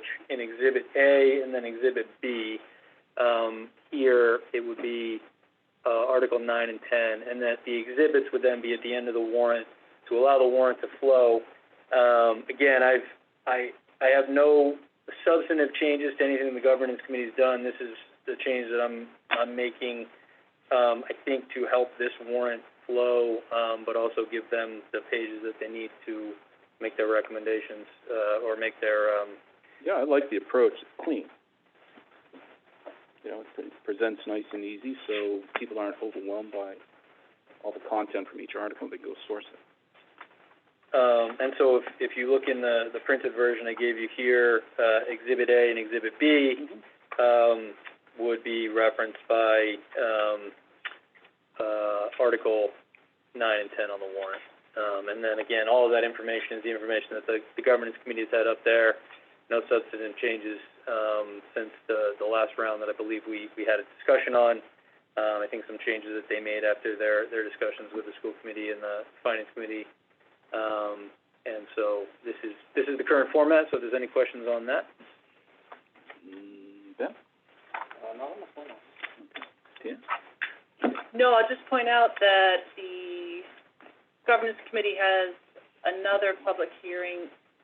They will schedule another public hearing. I'm understanding that it will be after the finance committee makes their recommendations on the warrant articles, the spending articles in the warrant, and so on. I'm not sure on the timing. Okay. I don't have a date. I guess the point I'd make is that there will be a second and final public hearing before we head into town meeting for residents to come to this information again, to understand it again, or for the first time before they head into town meeting, and to ask questions again before they go to town meeting. So let people know that there'll be another to-be-determined public hearing. Okay. All right. All right, Want to keep going, or you want to bundle this? Yeah, if you'd like to take a vote on these, obviously, as I said, no substantive changes. It's really a change to the way that it appears in the warrant, which is that the articles reference the exhibits, which would then allow a motion to be a little bit easier, although obviously if there's any motions made on the floor, it could be very jumbled very quickly, but at the same point, the motion could then reference the way that it's written, so. I note the articles are also sponsored by the governance committee. They're going to stand for their product, present it, be heard, and so forth. Yes. Got it. All right, so why don't we just take these two and entertain a motion, Mr. Sparrow? Well, I'm a little confused though, because if the governance committee is sponsoring it, is it really germane for us to, what is our role then, if the governance committee is sponsoring? You're accepting the change currently to the way that this is being put on the warrant. Not the. Yeah, I mean, you're putting all of these on the warrant. Right. I understand that piece. It's just sort of like, is our putting it on the warrant, de facto acceptance of this language, or is it just simply accepting that the language is there? Yeah, I mean, you can vote to not put this on the warrant, or you can vote to put this on the warrant. Okay. I would say that the fact that, a product that had been delivered, there were sort of non-substantive changes that they've gone through most recently, right, like commas. There were some other substantive changes that we had sort of referenced previously that we would be accepting at some point when we open the warrant, and that's what we're doing here. But then also what I'm presenting tonight is slightly just different format of the way that it is, but not changing any substance. It's really just formatting. And so you are voting to put them on the warrant in the format that I'm presenting to you, as sponsored by the governance committee who have designed the product. Yeah, I'm kind of torn about is this the right time for doing Article 9, personally. Thinking about, the state's coming in June, wanted to hear some of their recommendations, and if there's any changes that should be made to the town administrator, Special Act 1994, to feel more comfortable with it. I like the process, but I'm just thinking about some of this a little holistically to try to, is this the right time for this? And I know you both will completely disagree with me on that, and I know the skillful say that. I wouldn't jump to that conclusion, my friend. But I'm wondering if this is the right time for Article 9 right now.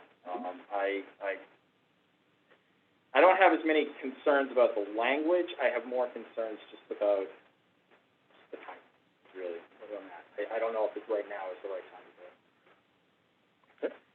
So the Technical Assistance Bureau, TAB, what about their process?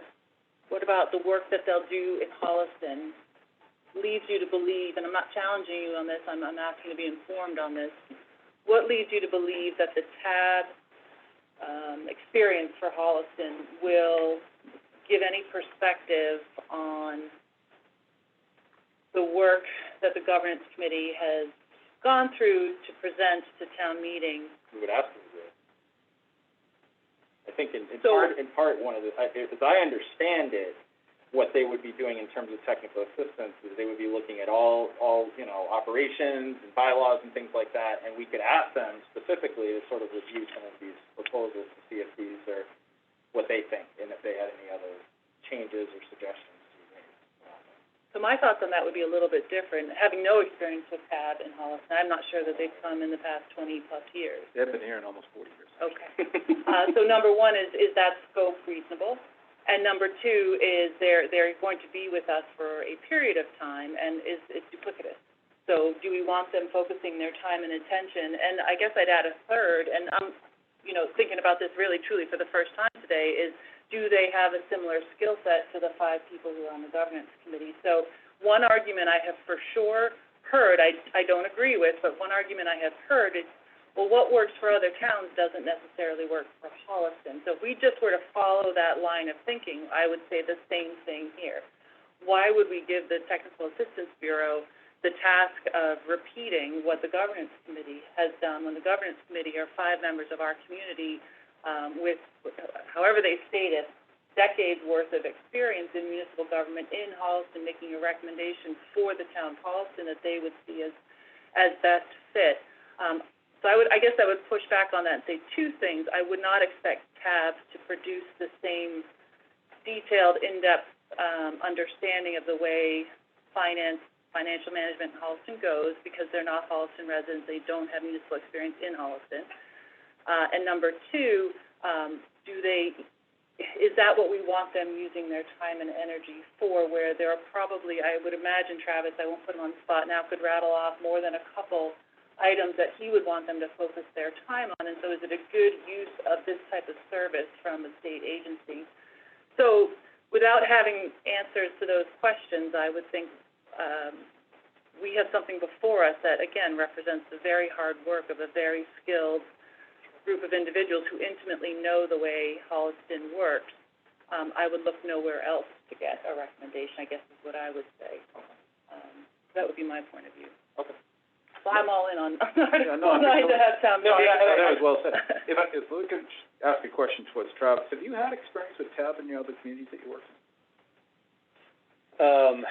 Not with a review that we've requested here. I have used their platform to ask specific questions, sort of get specific questions answered. To the level of service that we've requested here as a governmental review, essentially, of governmental functions.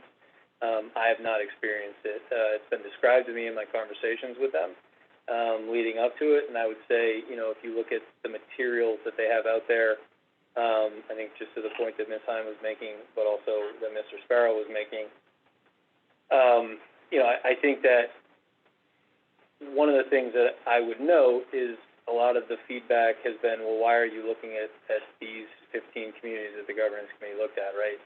The tab is going to come from a perspective, and this is just to answer your question on having dealt with them, is going to come from a perspective of, here is best practice that we see in Massachusetts. They have quite a few opinions on finance committees. I would say that in some areas they would probably look at this governance committee and say that it doesn't go far enough in a number of areas. And so, I mean, to a certain degree, I would agree with the point that you made, which is if the criticism is that, of the governance committee's product is why are we looking at these 15 communities? Why are they quote unquote better than us? I mean, that's going to be a lot of what TAB was going to offer as well, which is these are best practices in other communities that we consider to be financially well established in Massachusetts, and things that we want to see in communities, and so. You're right. I mean, I guess in one aspect it's sort of it's double checking the work, but in another aspect it's doing something that is going to provide the same level of criticism, which is to say, why does that mean that it's the best thing for Holliston? And the answer has got to be at some point, right? Are we going for best practice here, or do we just like the way that we always do things? So I have worked with them specifically on problems. They are very efficient in getting you answers. They are sometimes answers that you don't want to hear. That has been my sort of interaction with them as well. They're going to tell you what they consider to be the best practice, whether you want to hear it or not.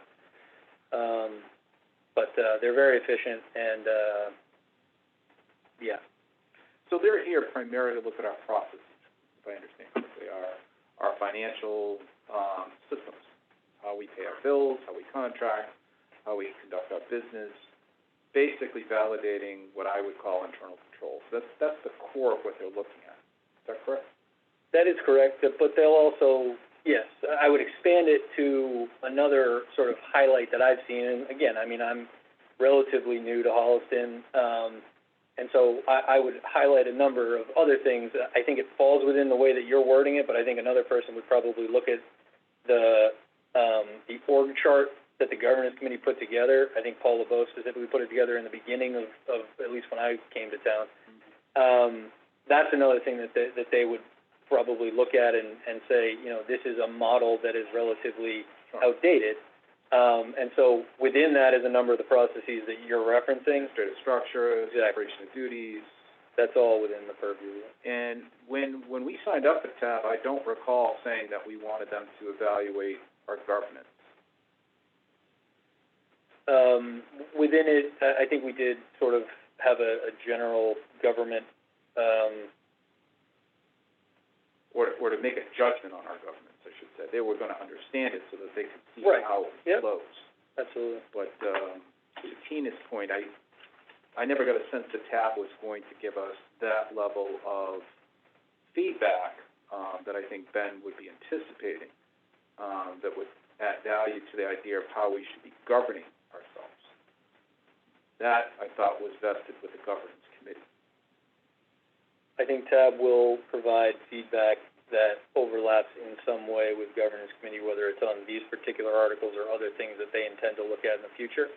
I think there will certainly be overlap. But as I said, you know, I having dealt with them and having seen, you know, the products that you can see online from TAB, and their opinions on how these processes are supposed to work, I would see them probably having, saying something to the effect of that Article 9 and 10 don't address as much as the things that they'd actually like to see it go further. But that's based on my experience.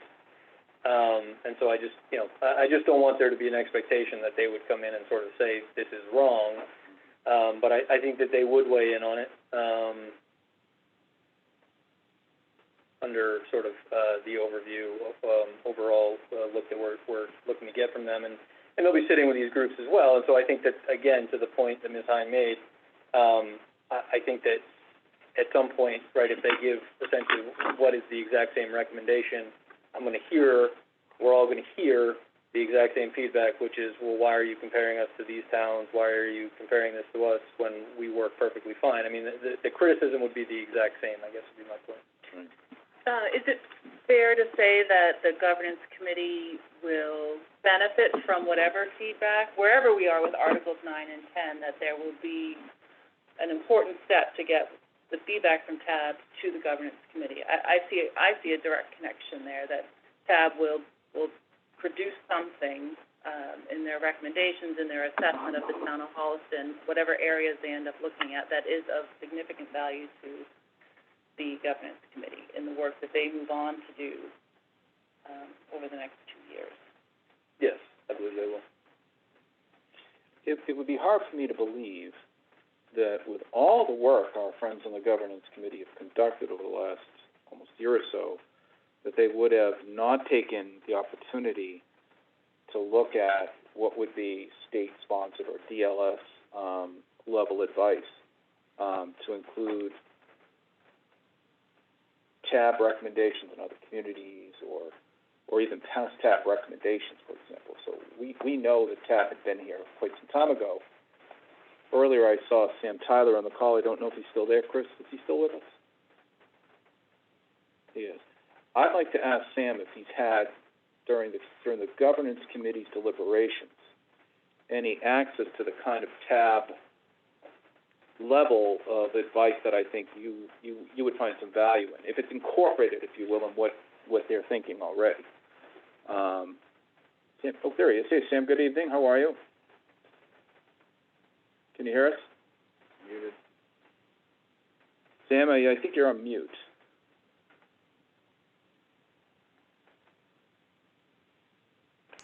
Might be. There you go. Okay, Hey, Sam. I'm back. Hey, how are you? So, Sam, I don't know if you've caught our full dialogue here, but the board is discussing Article 9, Article 10. One member, I don't want to speak for you, Ben, but Ben's bringing in a question about the possibility of delaying Article 9. So we have the benefit of the TAP visit, which is scheduled this summer, to contribute to what we're looking to do. Is that summarize what you're saying? Yeah, that's, I mean, you know, that's part of it, yes. But that is the conversation that we've had, is that what is your experience with the technical assistance from the state to this point in your recommendations, and how do you feel about gaining their input on these, or this article in particular?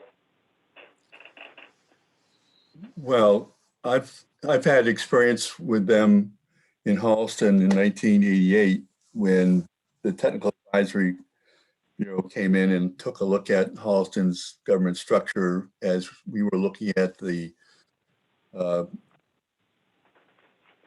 guess, the change in bylaw to allow the elected treasurer and the elected accountant to be appointed by the town administrator, right? Or actually the town administrator was created afterwards, but that was the ultimate goal.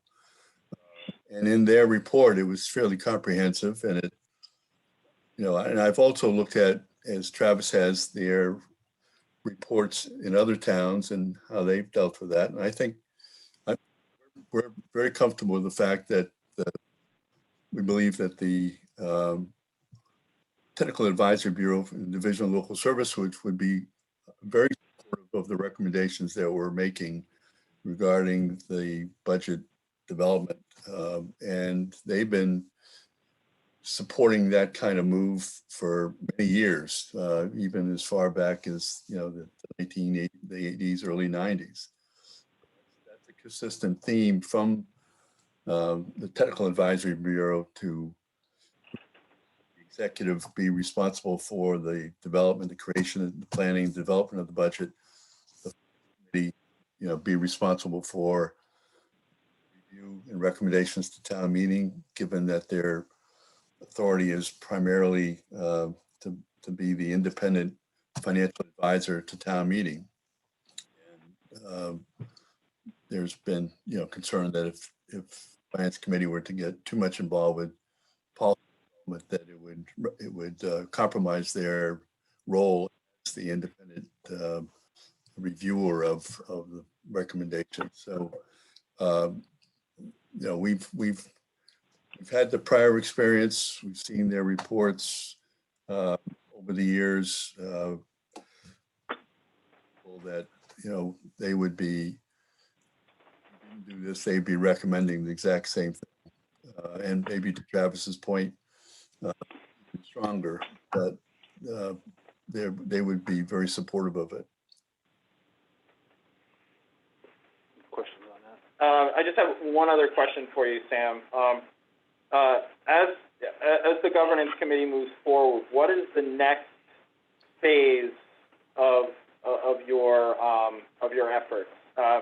So with this particular thing, you know, we talked about the budget, we talked about some cleaning up in town meeting and the select board. What is next on your to-do list?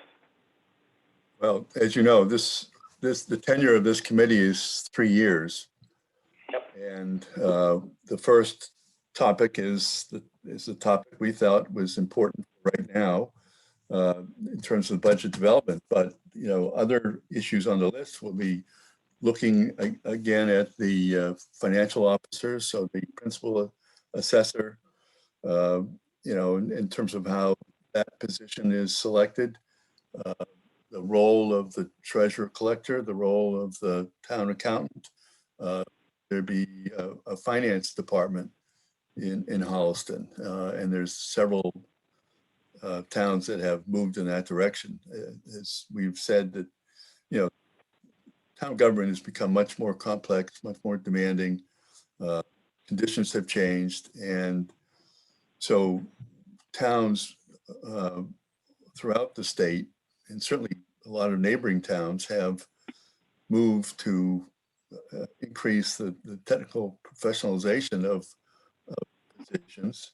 And you've already in this meeting talked about sort of a deputy town administrator for that very reason. So that would, I mean, those three positions, we would want to look at those again. You know, we certainly have made it clear that we want to look at the town administrator position. 1988 or 1994, when that was created, if you read the report of the committee, the government study committee, you would see that we recognize that a weak position, but we were faced with a sitting member of the Board of Selectmen, very much opposed to it, a former select board member, very opposed to it, because the town administrator was authorized with some authority, and they thought that took away from the select board. But where we are now, I mean, even then in 1994, the provisions for the town administrator was substantially weaker than what already existed in 1994 for town administrators in other towns, and that's just increased, you know, since that time. So frankly, if we want to be consistent with where most towns are, you know, we would need to substantially change the responsibilities of the town administrator. I think that would be another town meeting, probably for the May 22 town meeting. After that, we would, you know, there's issues that are going to come up from the Technical Assistance Bureau that we would want to look at, and there's issues of, you know, should we have a charter or not? So I mean,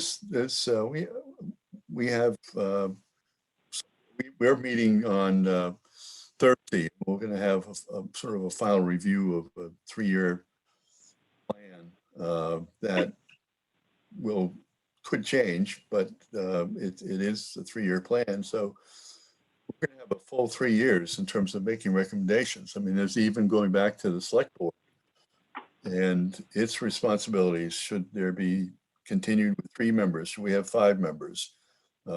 Seeing more and more towns move to a 5-member committee, but we haven't really looked hard at it because all our time so far has been devoted to the budget development process. Thanks, Tim. A lot on the agenda that still needs to be addressed, and I expect, you know, that the Technical Advisory Bureau will be looking at a number of those issues and making recommendations. So we'll be able to take that and you know, help guide us in our couple years. Anything else, Ben? No, the only thing I'm just going to say is that you did say the 2 things I wanted to hear, which were, are you going to be looking at the town administrator's role and this board's role in the according to the bylaws? Anything else? Yeah, definitely. No, thank you, Tim. Thank you for your contribution, Thank you, Sam. Have a good night. You too. Thanks. All right. So at this point, we have before us a motion. You did not make a motion. I have not made a motion. I'll make a motion to accept and include Articles 9 and 10 into the annual town meeting warrant for May 10th, 2021.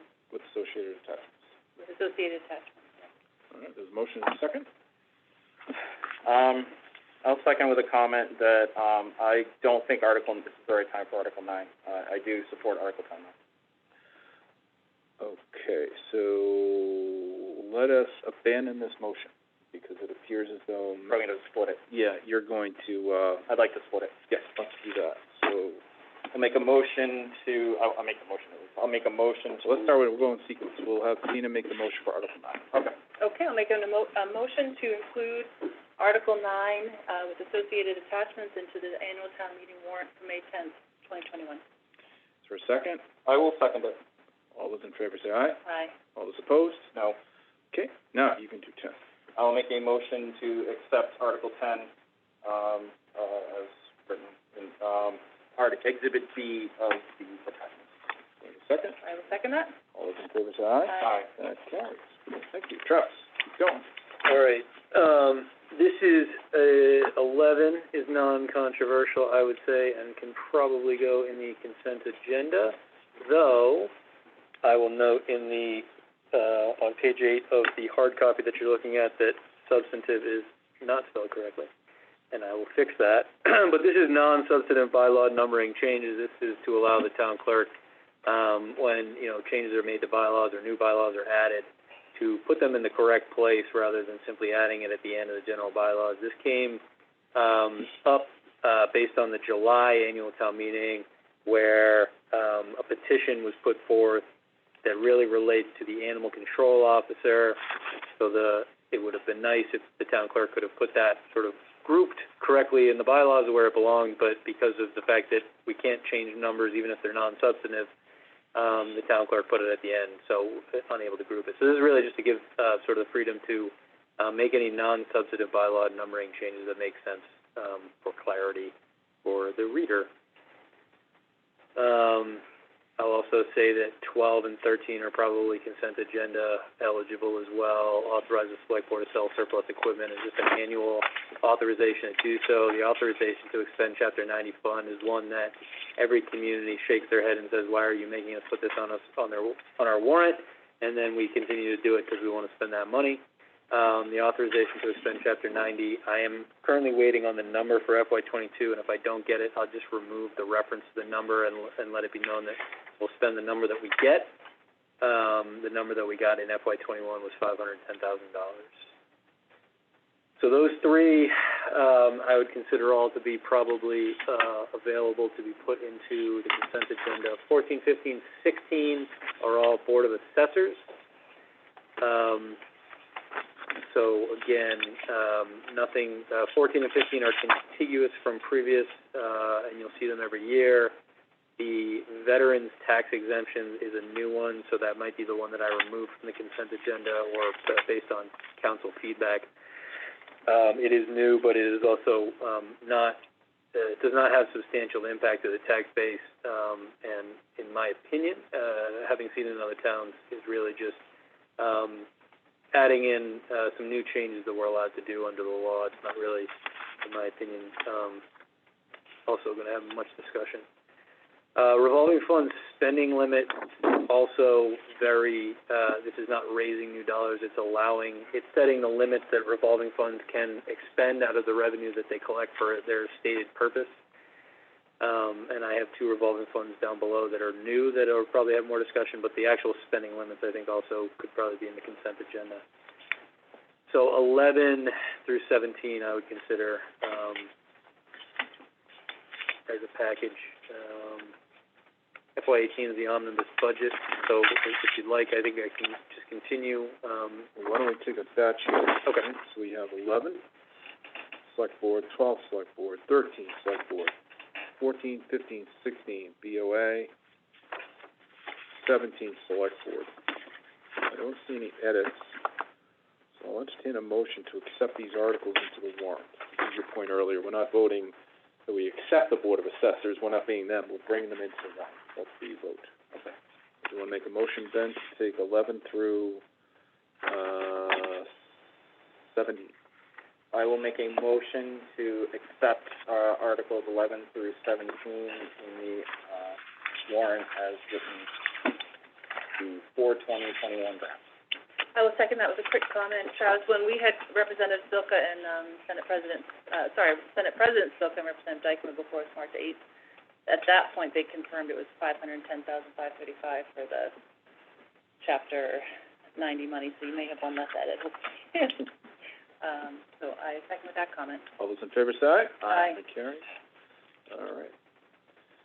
So the omnibus is not quite done yet. I'll have to come back to that, correct? Yeah, so the article in the warrant would strictly be the standard article. At this point, I think it was referenced earlier, one of the options would be is to actually print the budget in the warrant draft. I don't think at this moment that can be done prior to final review of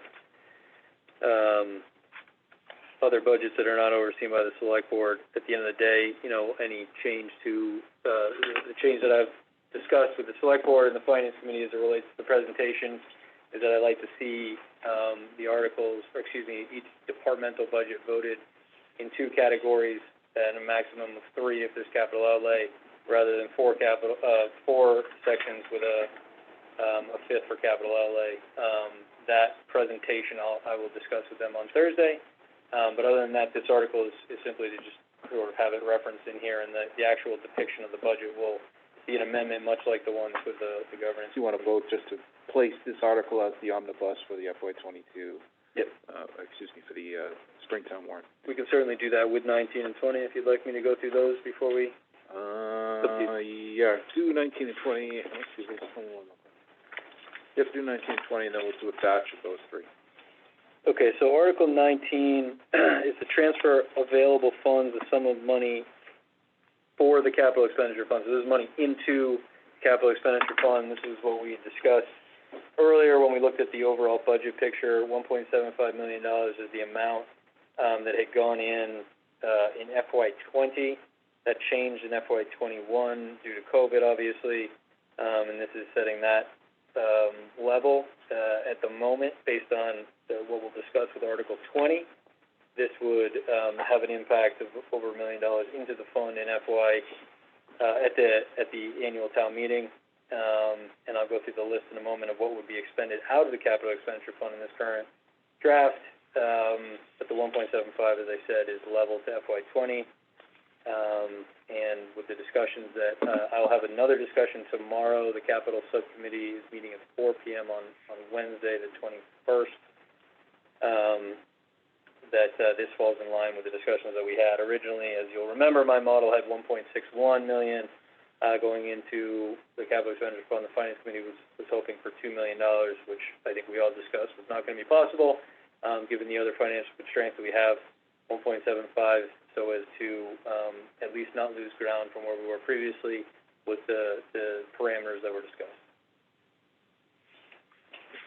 So any questions on that? I'll get into Article 20 then, which is the actual capital expenditures. Again, I do not have a vote from the capital subcommittee, but these are things that I've presented to them previously and to the full capital subcommittee, and they're items where I think if the finance committee does not agree, it may just have to make a recommendation to not support, because I believe all of these are necessary for the May town meeting. But again, if there are any questions that come up tomorrow, I'll bring them to your attention. So Article 20, and let me pull that up here on the screen. All right, so capital expenditures. So we have 4 items for the police that are all either facilities or IT related. The battery backup system is essentially a bank of batteries in that building. We discussed if that's the right model for the long run. In the short term, these have a lifespan of 5 years. We're at that.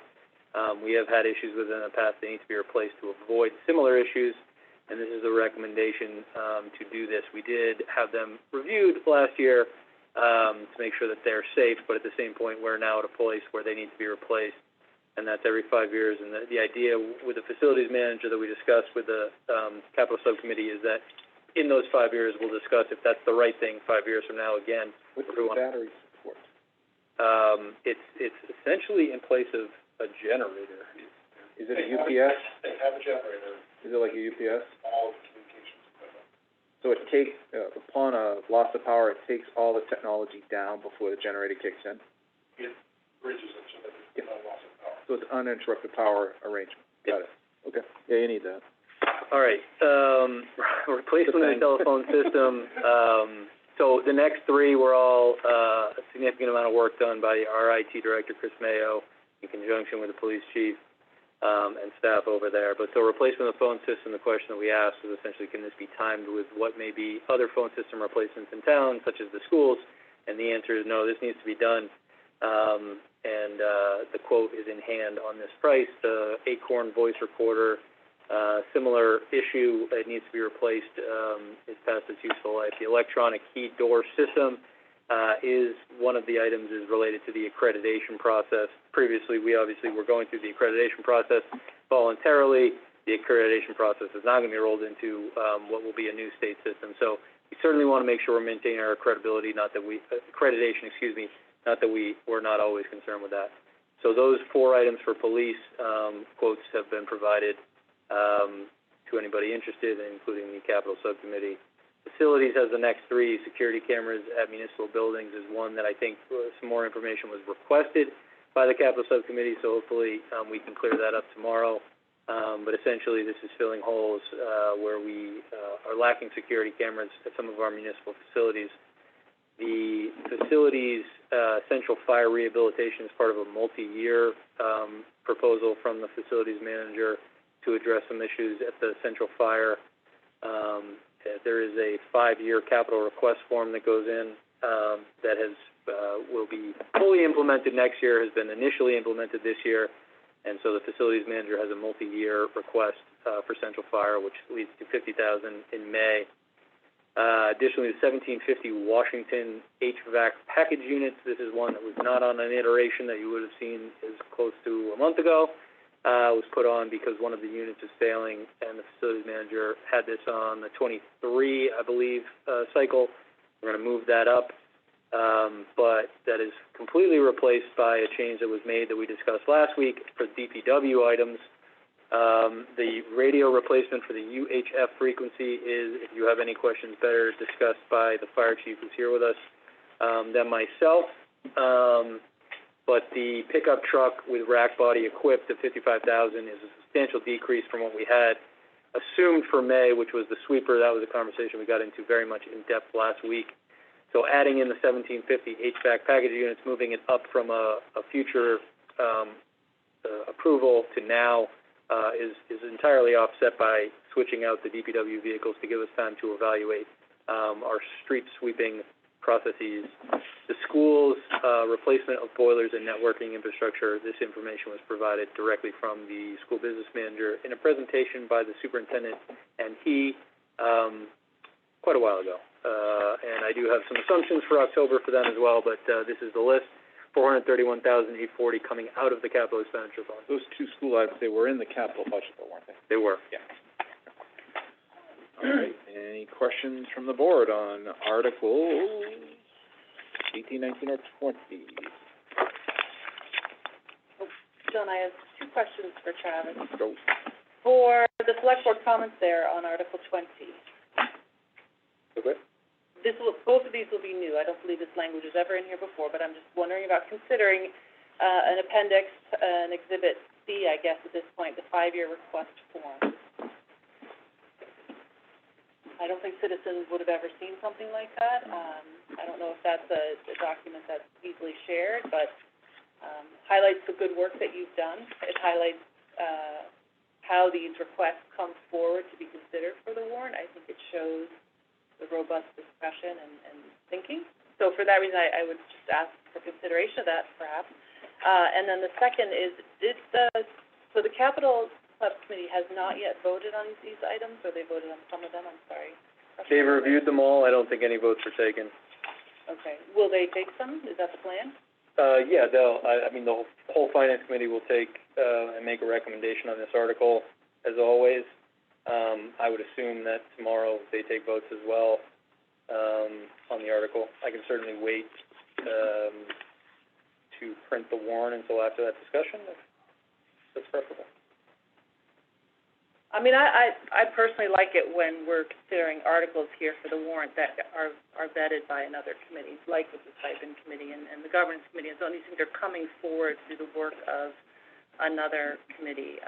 That to me is strong, so, Is that simply an omission, Travis, or is there a thought that there may be some edits, adds, or deletes to this list? The only one that was requested for more information was the security cameras at municipal buildings, related to the storing of the data and those types of things, more as it relates to privacy than anything. And so again, I guess that's to the point of, and again, I'm not gonna. I see, yeah. Yeah, so I'm not sure. I mean, the information's certainly been presented. Okay. The requests are not coming through the capital subcommittee, they're coming through staff, and sort of being compiled here. So tonight, we're looking to include this article in the warrant. However, in terms of the select board comments, that can be edited at a later date. Certainly, if we're not printing this warrant tomorrow, then I can edit the Yeah, comments without All right, issue. then that satisfies what I'm All saying. right, did you make a motion? I have not made a motion yet. Would you like to make a motion? Sure, I would be happy to make a motion. I will make a motion to accept, Article 18, 19, and 20, as written in the draft from April I will second that. warrant. Second, any comments? All those in favor say aye. Aye. That carries. Okay. We're almost there. The CPC, I believe, is, has these, lined up through votes and will be meeting again, but their requests are as such: the administrative functions of $5,000, the dock system at Stoddard Park, Parks and Recreation, request for 5812 improvements, to the community farm, requested by the Community Farm Advisory Committee for $52,100. And then the request, to vote to extend the sunset date, of a previously approved article for, town-owned youth baseball fields is where they are at the moment. Travis, I'm sorry, was the 52,100, was that 52,100? Was that the full amount that the community farm had asked for? I do not have that information. Okay, I'll follow up.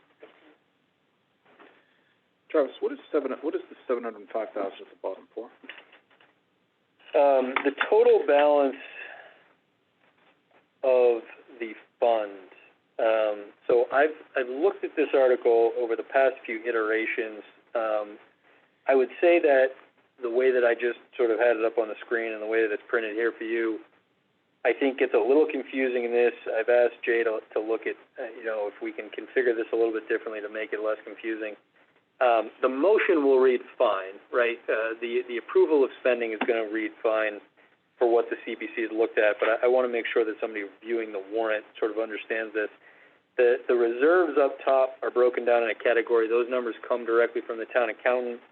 The total balance of 705 is a number that you feel strongly should be in here, but I may just reconfigure the way that the page looks to make it more clear. So it doesn't add up.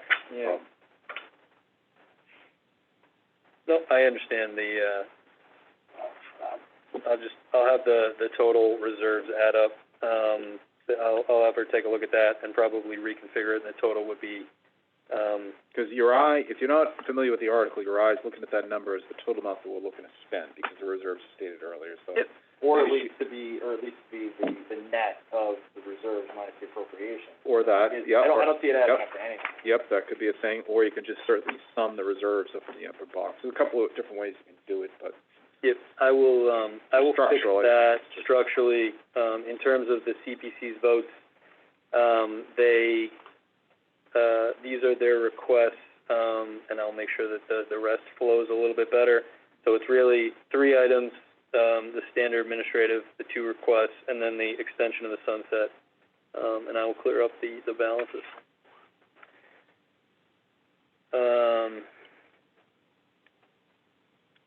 Okay, so any other questions on 21?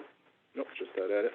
All right, 22 is a transfer from available funds to the stabilization. At the moment, I do not have an amount here. We could put this in the consent agenda as currently written, as there is no dollar amount. But usually we indefinitely postpone this article if there's nothing there, right? We can indefinitely postpone Take it? it up like in October. That's usually how, in the past, we don't usually put much in stabilization in there. Sure. And the way that the motion will be written would probably be simply that. And so I'll have to check with Jay if that would then belong there or not. Okay. So 21 and 22, again, I mean, CPC is the one sponsoring that, and you're just sort of taking your feedback on the flow there, and I'll make that correction, and obviously run it by Frank Chamberlain as well. The transfer to stabilization, I will clear up with Jay if it makes sense with indefinite postponement, if it would make sense as a consent agenda or not, perhaps not. Article 23, pull back up the table of contents here.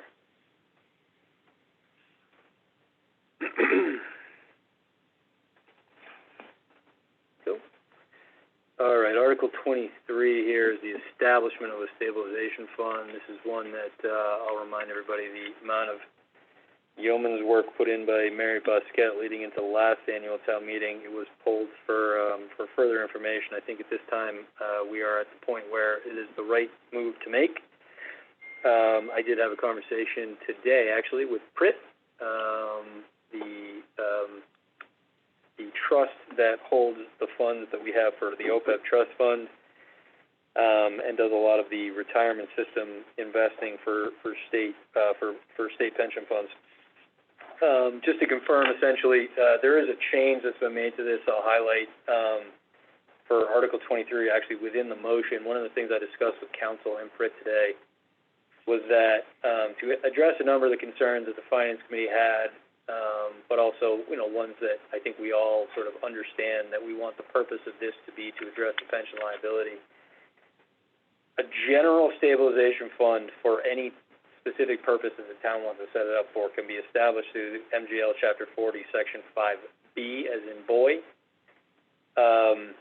It is MGL Chapter 40, Section 5D, as in Dave, that is specifically for pension liability.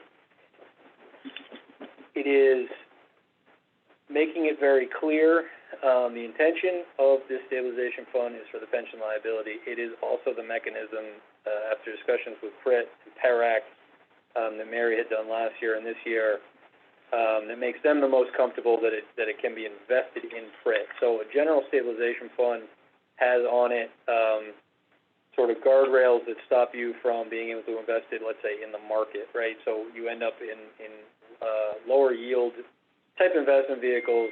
NMDT is the one that towns used to use. They haven't been able to keep up with interest rates and those types of things. But the idea here is that we'd like to invest it for the purpose of pension in a similar regard that we do through the Middlesex retirement system or through an MTRS, which is where teacher pensions are put. And those are invested in long-term through Pritt-like vehicles. So we'd like to do the same thing here. The amount of money that we're talking about is strictly the balance of what was turned back from Middlesex this year, $43,524. That would be to establish the fund. One of the things I discussed with the Finance Committee was whether a policy bylaw or something else would be prudent between now and October when we talk about sort of the long-term strategy for this fund. I don't know specifically which is going to be the best method there, but I do know that the Section 45D is in Dave, in my opinion, addresses 90% of the concern there, right? You're not going to turn a 5D into a stabilization fund for building something. That's just not going to happen because of the nature of the Mass General Law. So I think that answers part of it. The other part of it, I think, whether it's policy or bylaw leading into October, I'm fully intending to make sure that is accomplished to everybody's satisfaction, that we have a plan for this, which is going to allow us to address our pension liability. We have multiple, one through MTRS, one through Middlesex Retirement System, be able to address the liability without necessarily overcommitting to either of those funds. And so at this point, I believe that we've done as much homework as possible on this one, and I'm comfortable with the way that this is written. Let's take this one up separately. You want to entertain a motion to approve the Article 23 as presented into the warrant. I will, I will make a motion to include Article 23 as written in the warrant with a comment that we have a little bit of text about the 5D and the importance of that as relates to pensions, because what you're saying to me absolutely makes sense. I just like to see it a little bit in the write-up. The Section 5D, even if it's just, I just pulled it up. It's like 6 paragraphs long. But just like something, if we could quote from it, or just say like, this particular is particular to a pension stabilization fund, so it's very clear to people reading this. So, okay. I will second that. All those in favor say aye. Aye. That's in. All right, Travis. Keep it All going. right, You're on a roll. Let's do 2 revolving funds, both being established. These have also been long discussed, and I had a conversation with the Finance Committee that did lead to some changes, I believe, to the comments on 24. So 24 is to establish a revolving fund, standard revolving fund under Chapter 44, Section 53E1/2, and it would be to take the activity specifically from the net metering of the solar project at Marshall. So that is to say, not the largest revenue sources generated from that, which are the lease and the pilot payment, both in the area aggregating to about $400,000, which would go into the general fund to support all general fund supported activities. This is a third revenue source, which is going to fluctuate based on the output of the system. The system being at the recycling center, this revolving fund would take that revenue source specifically as its main function, although there would be potentially some other revenue sources, such as the textile revenue that's been generated from the recycling center that Matt Zedek has been responsible for, and some other initiatives that he may be coming up with there, to take that revenue and put it back into the recycling center. So the comments that changed after my discussion with the Finance Committee last Tuesday, one of the requests was to add a requirement of reporting, and I ran that by council, to which it was not, they did not feel it was appropriate to have as a requirement, because all this information is public information, could be requested any time. But I will follow up on that request from the Finance Committee directly with them to let them know and make sure that they're comfortable. Certainly I can provide information as they request, as frequently as requested. The last thing that I added here is wages. One of the questions was why wages is in here. And the reason specifically wages is in there, and I think needs to be left in there, one of the main focuses that we've had, and I think that this can really support an improvement of service at the recycling center, would be in events such as storm response, where people are asking us to open up the recycling center more often for brush dumping and those types of things. But we have our set days are open. This fund can really give us the flexibility to be a little bit more responsive to resident needs at the recycling center, by having a place to charge that person, right? We pay that person through the DPW budget. I don't really have a lot of flexibility to just scale up as needed. Also, additionally, one of the things, depending on how, the future of this fund is whether or not it could support, additional days on a more frequent basis of opening the recycling center, that's to be determined. But I think the example I tried to give here in the comments was to answer the question on why wages is included in the expenses payable. Because one of the points that was made is that if this pays it all for a portion or a totality of our sustainability coordinator, for example, that person does not receive wages. They are a consultant, they receive a 1099 instead of a W-2, for example, so that it wouldn't be wages, but the wages specifically are really more to contemplate staffing of the recycling center and potentially scaling that up in a response to resident needs. The only question I had, Travis, was that when we originally talked about this, I thought we were just doing one of the revenue sources of solar. Yes. This looks like it's grabbing all of them. No. Okay. Net metering is the only revenue source from the solar agreement. The biggest ones that total the $400,000 about are the lease and the pilot. Those go to the general fund. That was the discussion that we had. The net metering is the one that's going to fluctuate based on output of the system. It's actually another reason that, we feel, Beth Greenblatt specifically feels like what's going to happen is that we're going to be cut a check for the net metering from Eversource. But there is a legal loophole that at any point they could choose to have all of the revenue come to us and then we cut them a check for their portion and keep ours. That would be an administrative nightmare that I'm fairly confident will not happen. But in that position, if that were to happen, a revolving fund also would be very helpful for that. Can I ask a question? Oh, yeah, sure. So I like this. I think this is a great initiative. I like being able to expand the recycling center and looking for other initiatives. But what we're talking about, funding new energy savings programs, sort of like the other stuff beyond the recycling center. Have we discussed, or has there been any discussion by this board or other organizations about what that looks like? Who's bringing it? I mean, if we're the authorized entities to spend, are we looking to you to find initiatives for energy savings? Are we looking at the facilities manager? Are we looking at the sustainability coordinator? I guess, how is that coming before us if we're the authorized spending? Yes, staff will be bringing those types of things to you. So, for example, I mean, outside of the sort of realm of this particular revolving fund on recycling, right, James, through his evaluation of facilities, brought to you sort of the way to save on natural gas and electricity through rate locks and those types of things. Separate from this revolving fund, the sustainability coordinator looked at the operations of the recycling center and said, look, we can put something here for textiles. It's going to take something out of the waste stream and actually generate revenue for the town, put that in place. Right now, that money simply just goes to the general fund. There's no real place for it, so it's getting tacked on to local receipts, which is fine.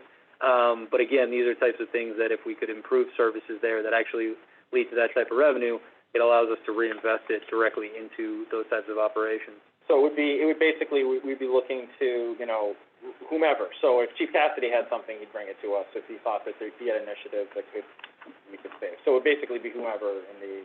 Because it didn't already ordinarily fit under the fire gift account, you mean? Yes. One of those Yes, circumstances. of course. So I guess I just wanted that clear. Okay, so that makes sense.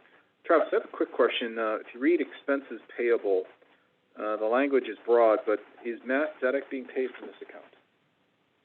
This would give us the ability to pay him from this account. In FY22, we currently have a budget established for Matt Zedek to be paid from the general fund. I think in the future, As it grows. we could look at that, right? So one of the things, and this is something I think anybody who's unfamiliar with the revolving fund structure is, you set a spending limit, but especially in the beginning stages of a revolving fund, the spending limit is not necessarily what you can spend, because, right, let's say the actual revenue received in this fund in year one is $20,000. We're not spending to $60,000 and running a 40 in the red, right? So the spending limit is what I'm basing on what I believe will be the generally speaking, revenue that we'll be able to count on in this fund, in this current model. At the same point, if it takes a while to get started up, or we feel like the recommendation from the sustainability coordinator for the recycling center is what we really need is a $100,000 piece of machinery at the recycling center that's going to vastly improve the operations of the recycling center. And so what we want to do is over the course of 3 fiscal years, build up the balance specific for that purpose like that. We're able to do that, and then in that given year, with planning, we would then request that town meeting approve a spending limit higher. So all of those things are sort of just to say this is how revolving funds generally work. There's pros and cons to revolving funds, but I think that specifically as it relates to the recycling center and recycling in general, the issues that we're going to have in town moving forward, I think this is it's a good way to address some of these issues by reinvesting some of the money into the recycling center and recycling in general. Going to come up in a couple of years. A couple quick questions. On the chart here, fees, charges, receipts, you would want to add, I think, based on the description under the initial paragraph, energy aggregation.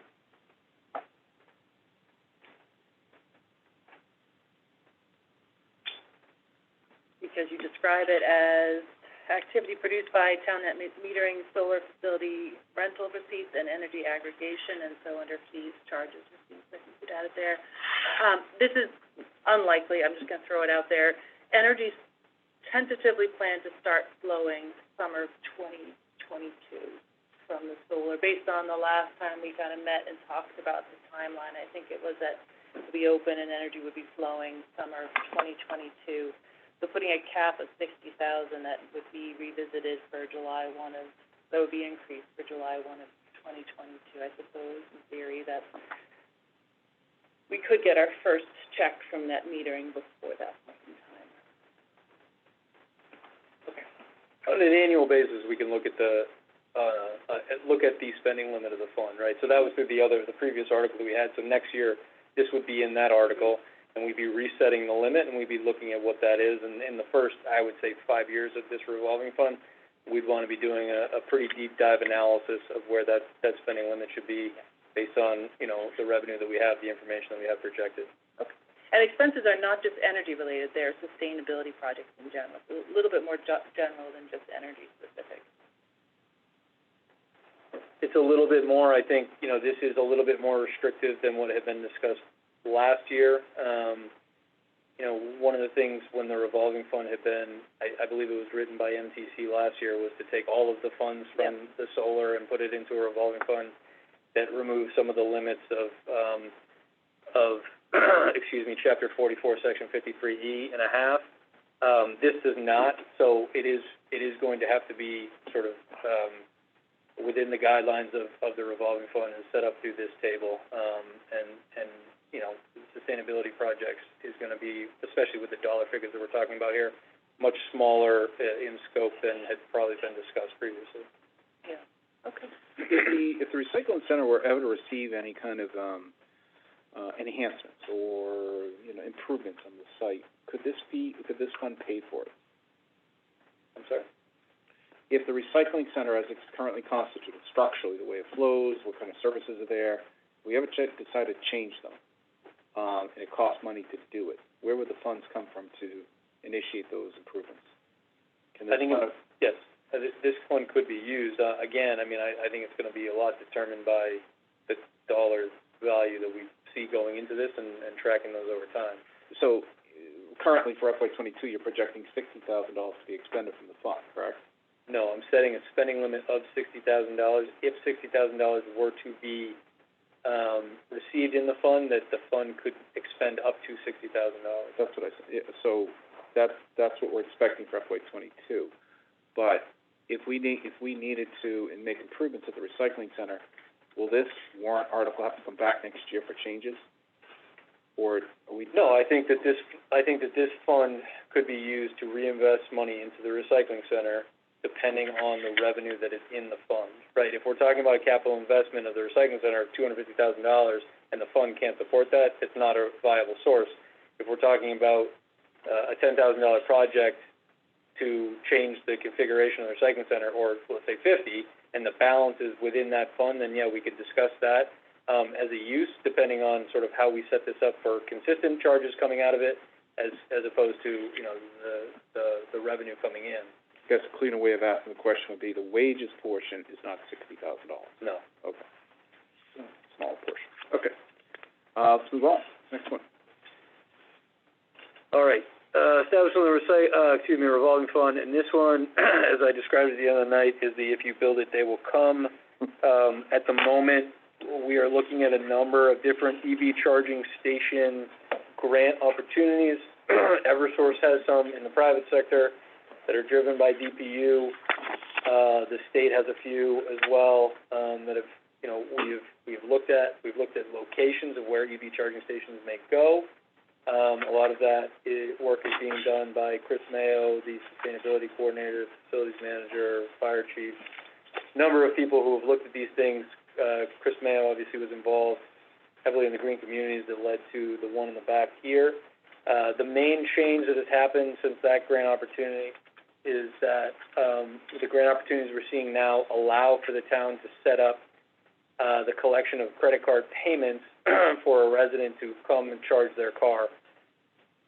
So essentially, at any given time, the ability to set this up is also going to be the ability to run the revenue and expenditures through this fund so as not to have to rely on the omnibus budget to expend anything else that is needed. Take in the revenue from credit card payments and put it in here and then expend out of it. The biggest thing that's going to happen, and under other requirements, this also came out of my conversation with the Finance Committee. Mark on the Finance Committee made a point that I agree with and put this in specifically in response to.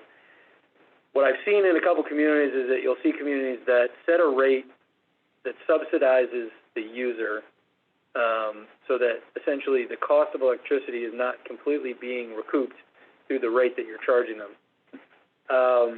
And I think the lowest rate that I saw was like 60 cents per kilowatt hour, and I won't name the community. The other communities I've seen are as high as $1.10 per kilowatt hour, and actually I think I saw one that was $1.30 per kilowatt hour.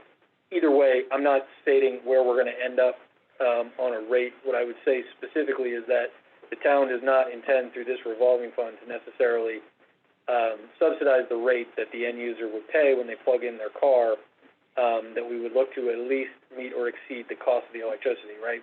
Now, what I would say, and this is something that, again, would need to be vetted and supported by the select board and community involvement, is what I would really like to see also is the rate set at a rate that allows for us to collect based on the depreciation of the asset.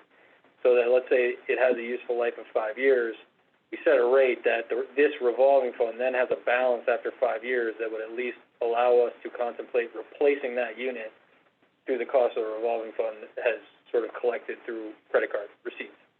So I'm not stating that here, but I am stating that the intention is specifically to set a rate at least that meets or exceeds the cost of electricity so that the end user is not being subsidized. And that was the last change that I made before, to what I believe you had seen previously. Questions on that one, Beth? Oh. Tina? Quick pause and a look into the future here. I can envision people coming to use the rail trail, parking at the EV station at 9 Green Street, charging their car while they ride the trail, come back, their cars charged. That's a nice add. Travis, do we need to, at this point, establish any kind of, ground rules, of who would pay and who would not pay? For example, I would not expect town vehicles or nonprofit vehicles to be paying into this service versus, as you said, residents. Is that a distinction that needs to be made at this time? Not at this time, I don't think, but when we set the rate, I think that would be within the policy. I had not contemplated necessarily the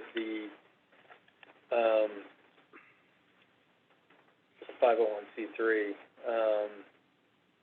So I'll take a look at that, but I think in the policy. To do that down the road. And then also, some of it will be driven by, quite honestly, the grant opportunity, right? So the one that we have behind Town Hall specifically would not allow for, at the time, us to collect credit card revenue. And so the grant opportunities have changed, so we'll have to live within that to a certain extent. Got it. Okay, thank you.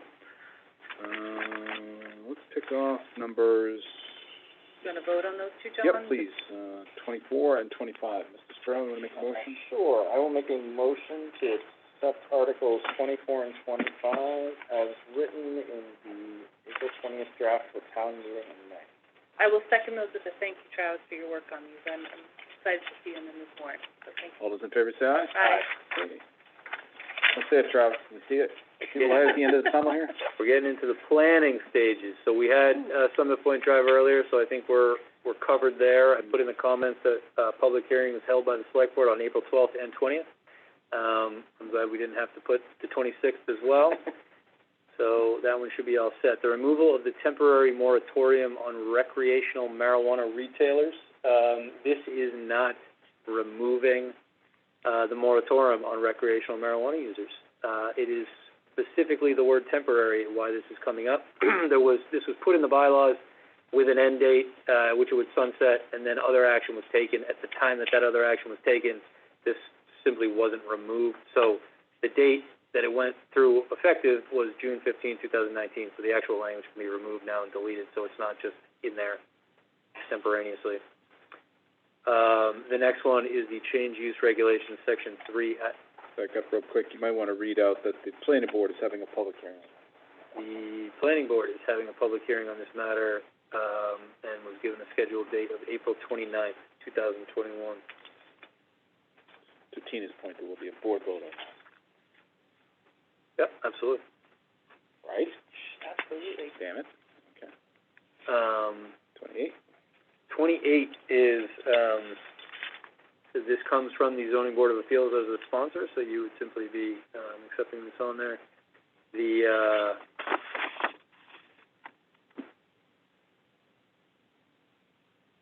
This is related to, I want to say large-scale solar power generation systems, and changes, as I said, section 3 at section F. And the comment on here, again, scheduled date April 29th, 2021, will be the hearing on that one, have been previously discussed. And the planning board there is the board that grants the special permit. The planning board is the special permit granting authority for the town of Holliston, yes. So this is an article giving them a little bit more work to do in the future. Yes. Sponsored by the ZBA.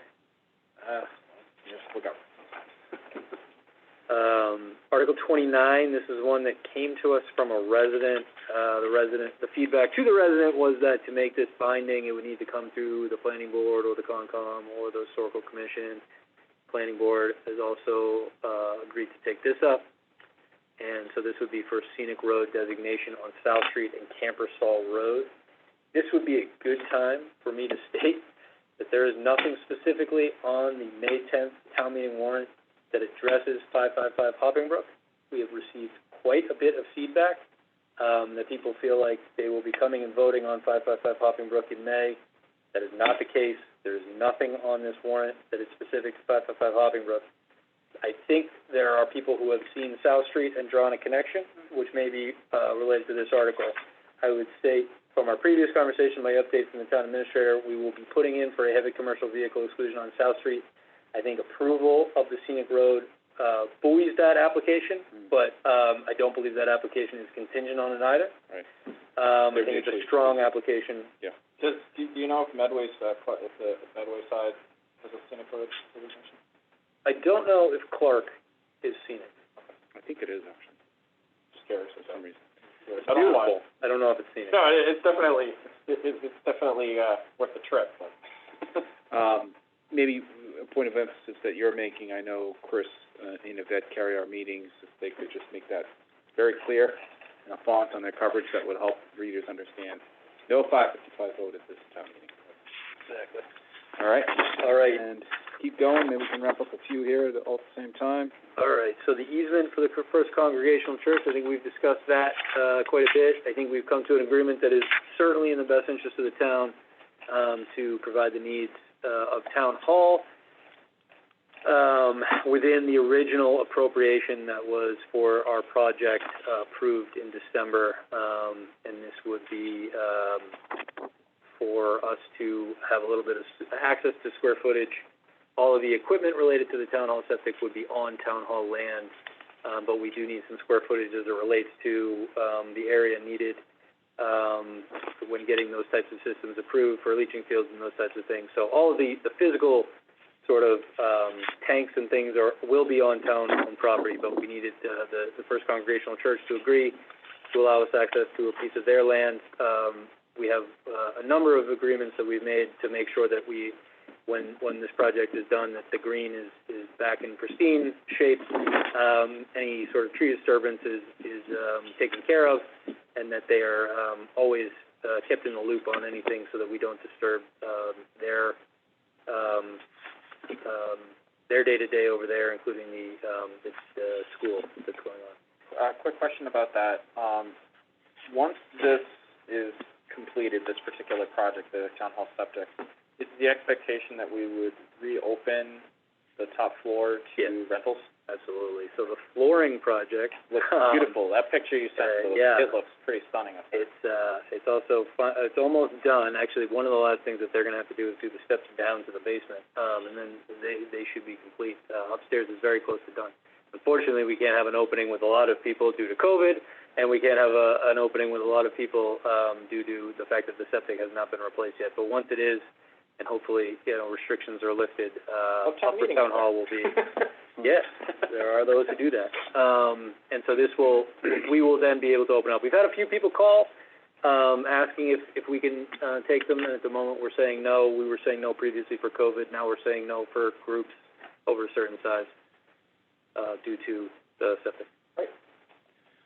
Travis, before you move on, it's also probably a good opportunity to remind the other boards and committees that have sponsored articles that we would expect somebody to be at town meeting to speak to residents' questions. It's come up a couple of times in the past couple of meetings where an article will come up and the board or committee is unheard from. So just remind them if they've got a sponsored article, we expect them to be there, okay?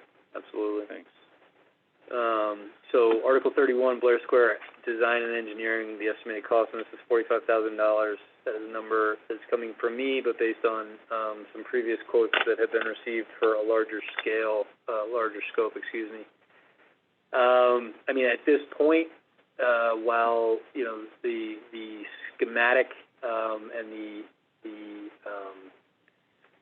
vision for Blair Square has been driven by the Blair Square Committee, this is approaching a point where, it's sponsored by the Select Board on the warrant. We're talking dollars that are going to get into running through my office for the Chief Procurement Officer.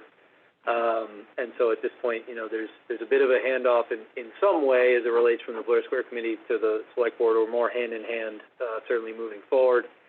The idea here, as had been previously discussed, is to get the design engineering done, construction documents developed, and bring that to the CPC prior to the October 2021 special town meeting for funding of the overall construction project.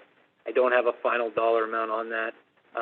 The original dollar amount that had been bandied about $500,000 was a very preliminary number from a while back that related to a number of items, including bathrooms and those types of things that are no longer in the scope.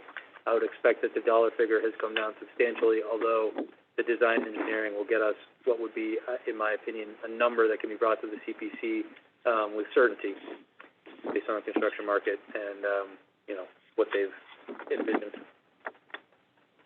Any questions on that one? Nope. Good. All right, demolition of the structure at 9 Green Street. This is one, I tried to lay out a lot of comments to give a little bit of the history here. This can be refined if it's unclear.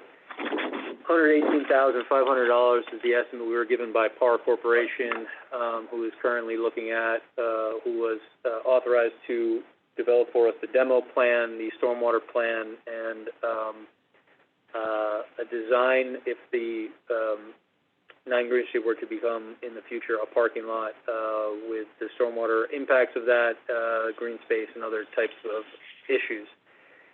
The first stage of that is demolition. I would say that I would not want to wait on this for a number of reasons.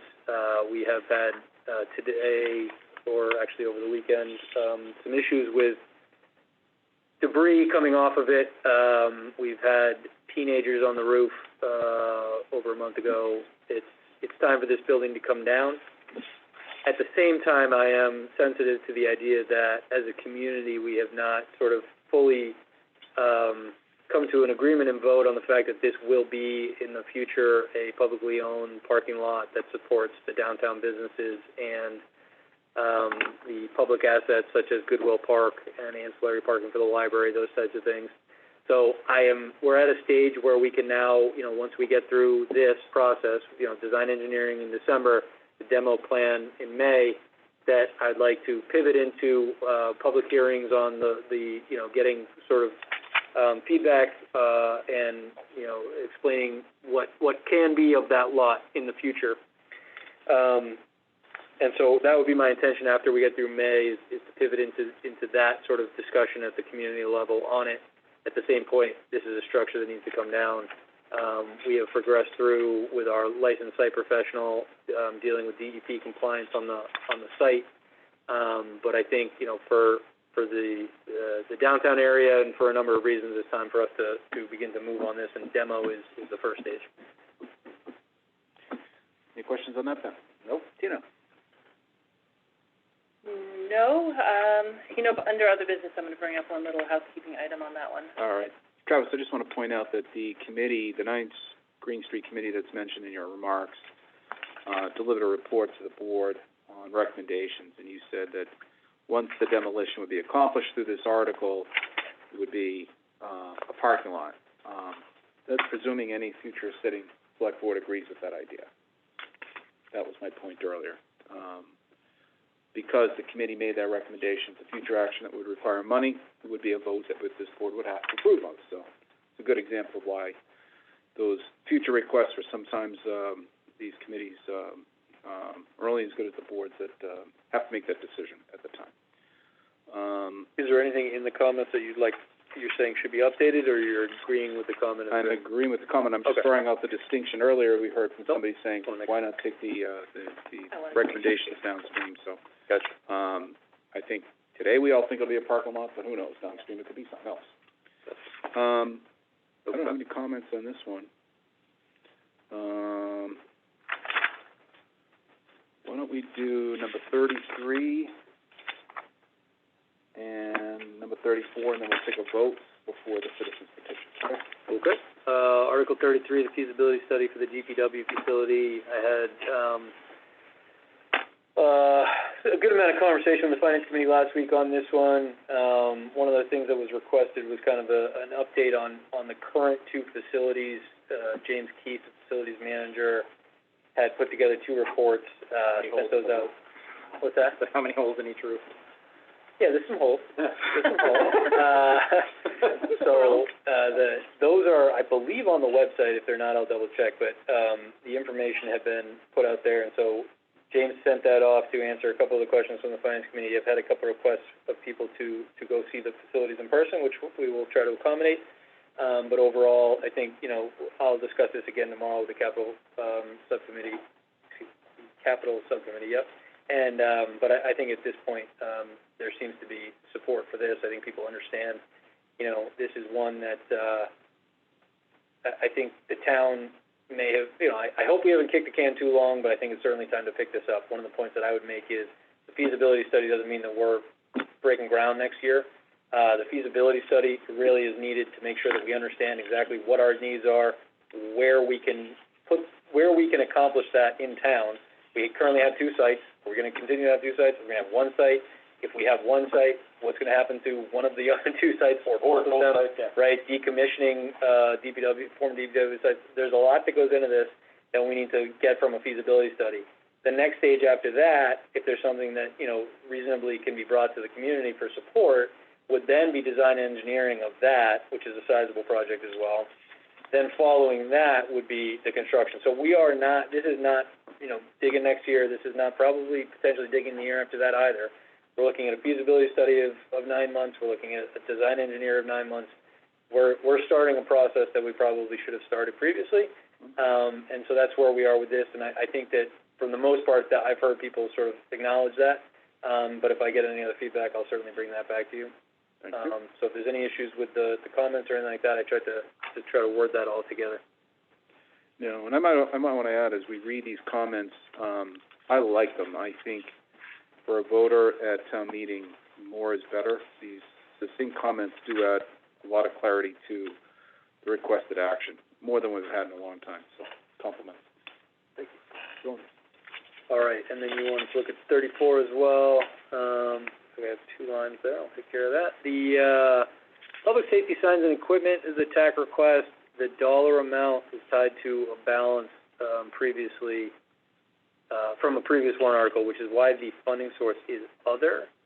And the TAC request was voted, I want to say, in February, and I believe now that the comments here reflect the items, because I don't think they reflected it, and I think Ms. Hine, as a member of TAC on the Finance Committee call, was able to correct an issue that I had in the language I had provided to the Finance Committee, which I believe now has been updated. Can you just confirm that?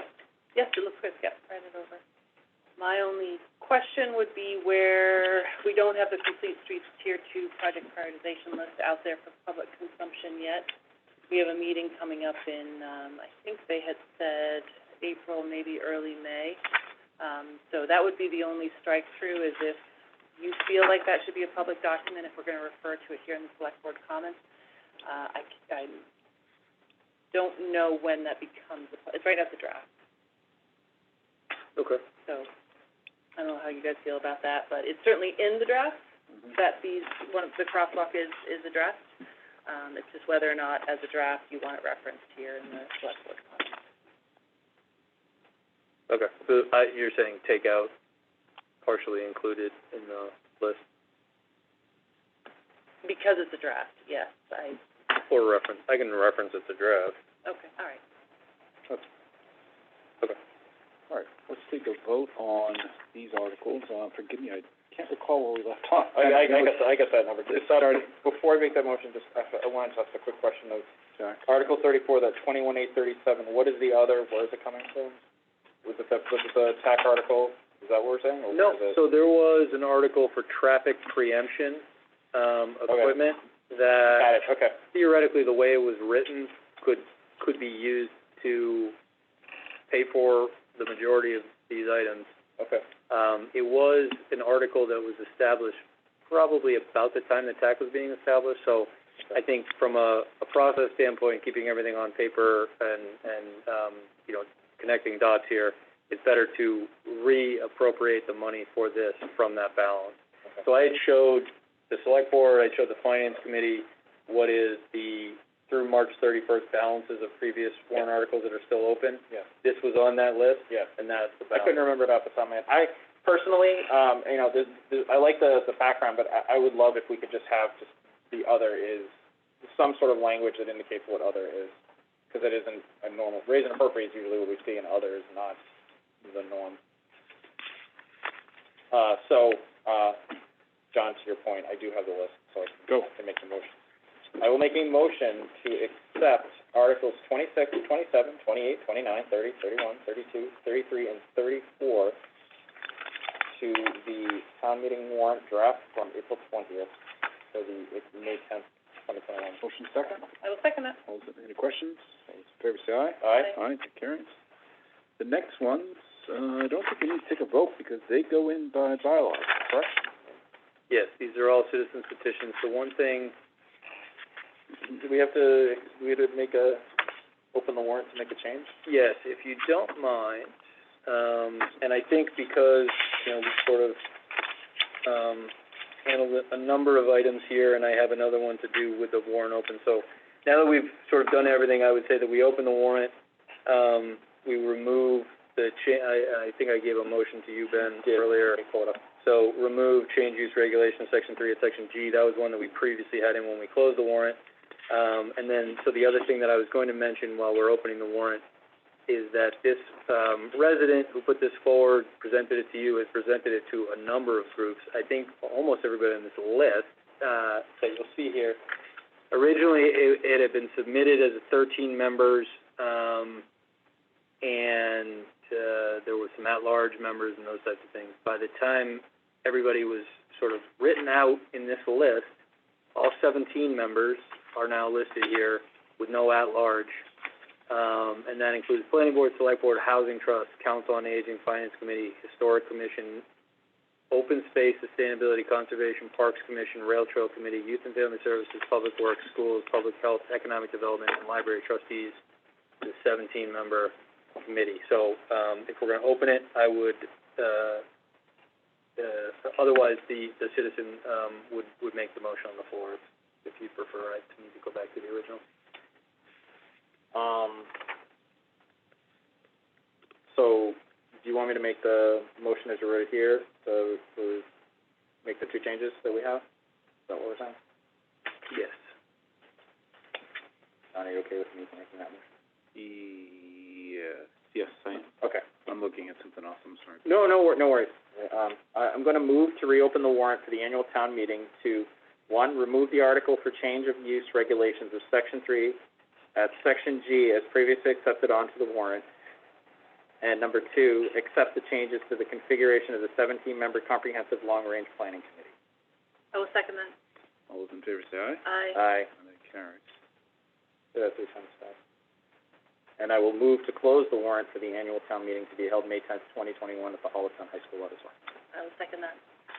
All those in favor say aye. Aye. Aye. That carries. This, I believe, is the article for folks who have a voice about 555 to show up and speak on, because I think that this is the type of work that in the future will pull in these kinds of issues that a lot of residents are talking about with 555. So I think Article 35 of the petition, citizen petition, is a really strong article for the community to come and learn about and vote on, and before they vote, discuss. So I hope we do get a lot of turnout of people who are interested in the conversations around 555, because I think that Article 35 will deserve, their presence and their input and their vote. Yeah, I like it too. I think it's important that our bylaws reflect our values. That's a reflection of what guides us in the decisions that we make, and it will help future planning, future boards of whether it's planning, select board, finance committees, all those to guide them on what to do, and should be frequently updated to ensure as circumstances and the culture changes around us that we have laws that reflect those measures. Agreed. All right, so with that, I will make the changes that we discussed. We will have a final warrant, and I will, if possible, and when these changes are made and reviewed finally by one last time by council, have the warrant for you to sign and post, as we always do at the end of this warrant. And just to reference, because the chair mentioned that we have 2 other citizens petition. One is related to emails for boards and committees, and one is related to expanding the select board from 3 members to 5. Then after that, so that's Article 36 and 37. After that, we reference the town meeting election, which is a process specific to Holliston, I'll say.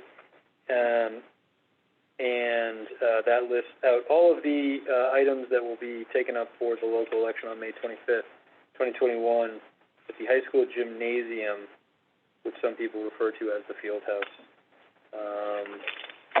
And that will be, I will get this to you as soon as possible for signatures. Great. All right, thank you very much. That's good work, Travis. Appreciate going through that. A lot of work.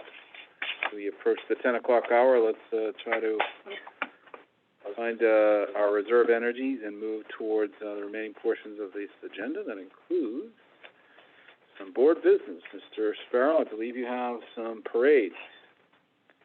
Everyone loves permit, right?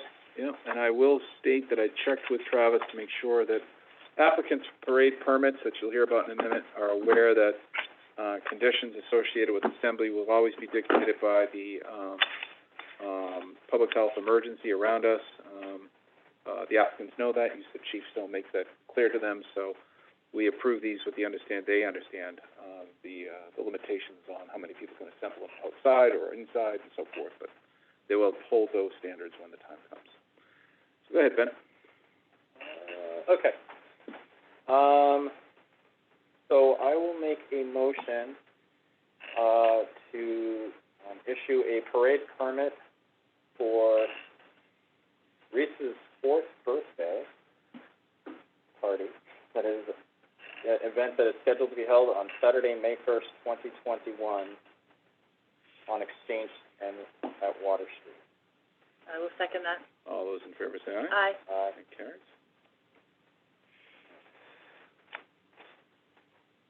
Next, I will make a motion.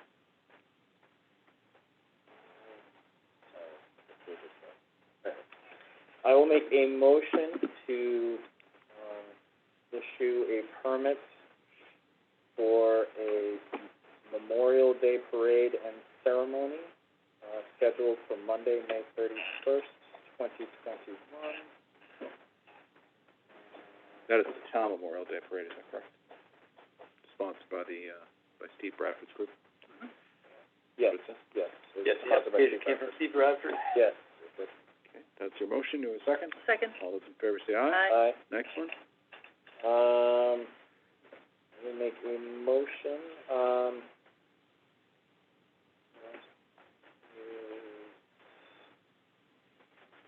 I will make a motion to issue a Father's Day Beer Garden Historical Society, permit with the comment that it would be, subject to any COVID, rules for, gathering, size, distancing, et cetera, that are pertinent at the time of the event. Do I have a second? I'll second that. All those in favor say aye. Aye. That carries. Next, this one is very specific. I will move to authorize the license agreement between the town and Robert Blair with the Friends of the Community Farm acting as fiduciary for the purpose of holding a farmer's market in the area of Blair Square on Sunday, starting June 20th, 2021, and ending in mid-October 2021. I will second that. Second that with a comment, Travis confirming that the Blair Square folks are planning to have a detail officer, as we've previously discussed, to handle traffic issues. Specifically, a detail officer, I'm unclear on. I know that Mr. Blair worked extensively with Lieutenant Marini. If it's a detail or if it's the auxiliary, I'm unaware of what they came to. But Police yes, presence, yeah. yes. All those in favor say aye. Aye. Aye, that carries.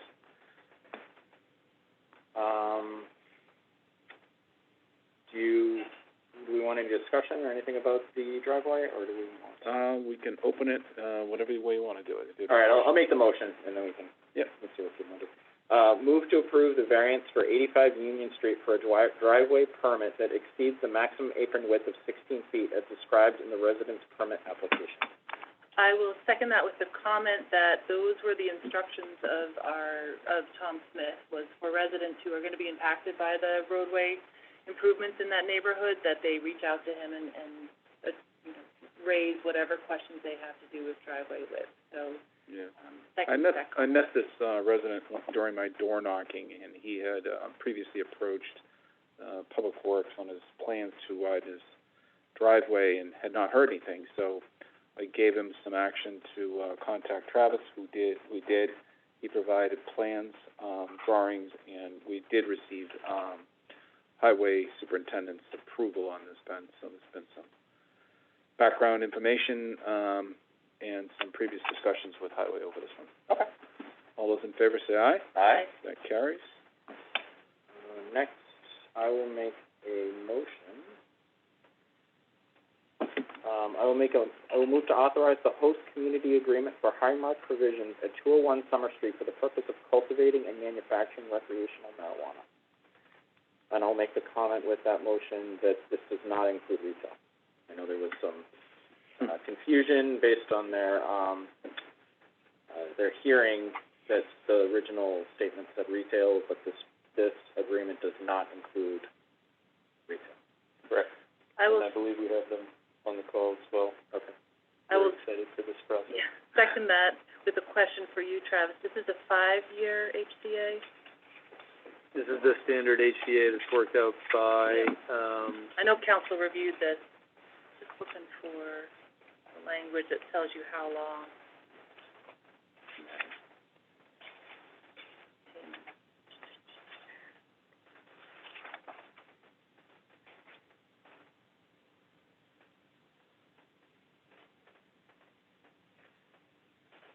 Yes, I see it there. Under section 3, the term of the agreement shall be 5 years from the effective date. Okay, I'm all set.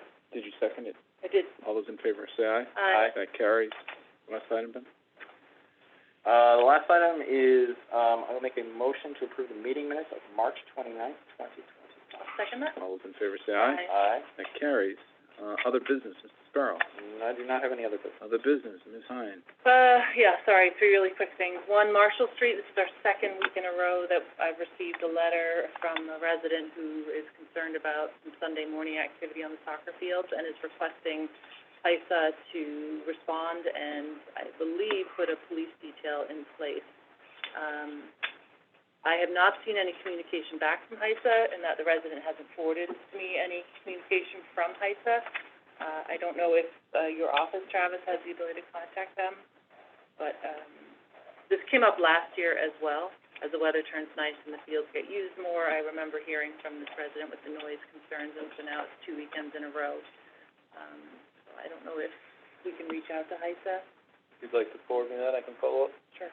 That was one, thank you. And the second is, at some point in the next week or two, could we get an update for the curb cut on the crosswalk from Municipal Lot across Central Street? Where that will be a lot most likely used for the farmer's market as well as, you know, increased trail usage. As the summer months come on, it would be good to have that completed. I think that was on their schedule anyway, so I think it should just be an easy matter of an update. And then the third is, in terms of 9 Green Street and when that committee presented their recommendations to the board and the vote to disband that committee, those are the June 8th, 2020 meeting minutes. They're not available right now online on the website. This little housekeeping thing. And that was it. That's it? No other comments? No other comments. Any comments from the Zoom call? Public or other? Hearing none, I will entertain a motion to adjourn. So moved. A second. Favor say aye. Aye. Thank you, Holliston. It's been a little later at night than normal, but we hope you enjoy the rest of it. We will see you next week. Good night.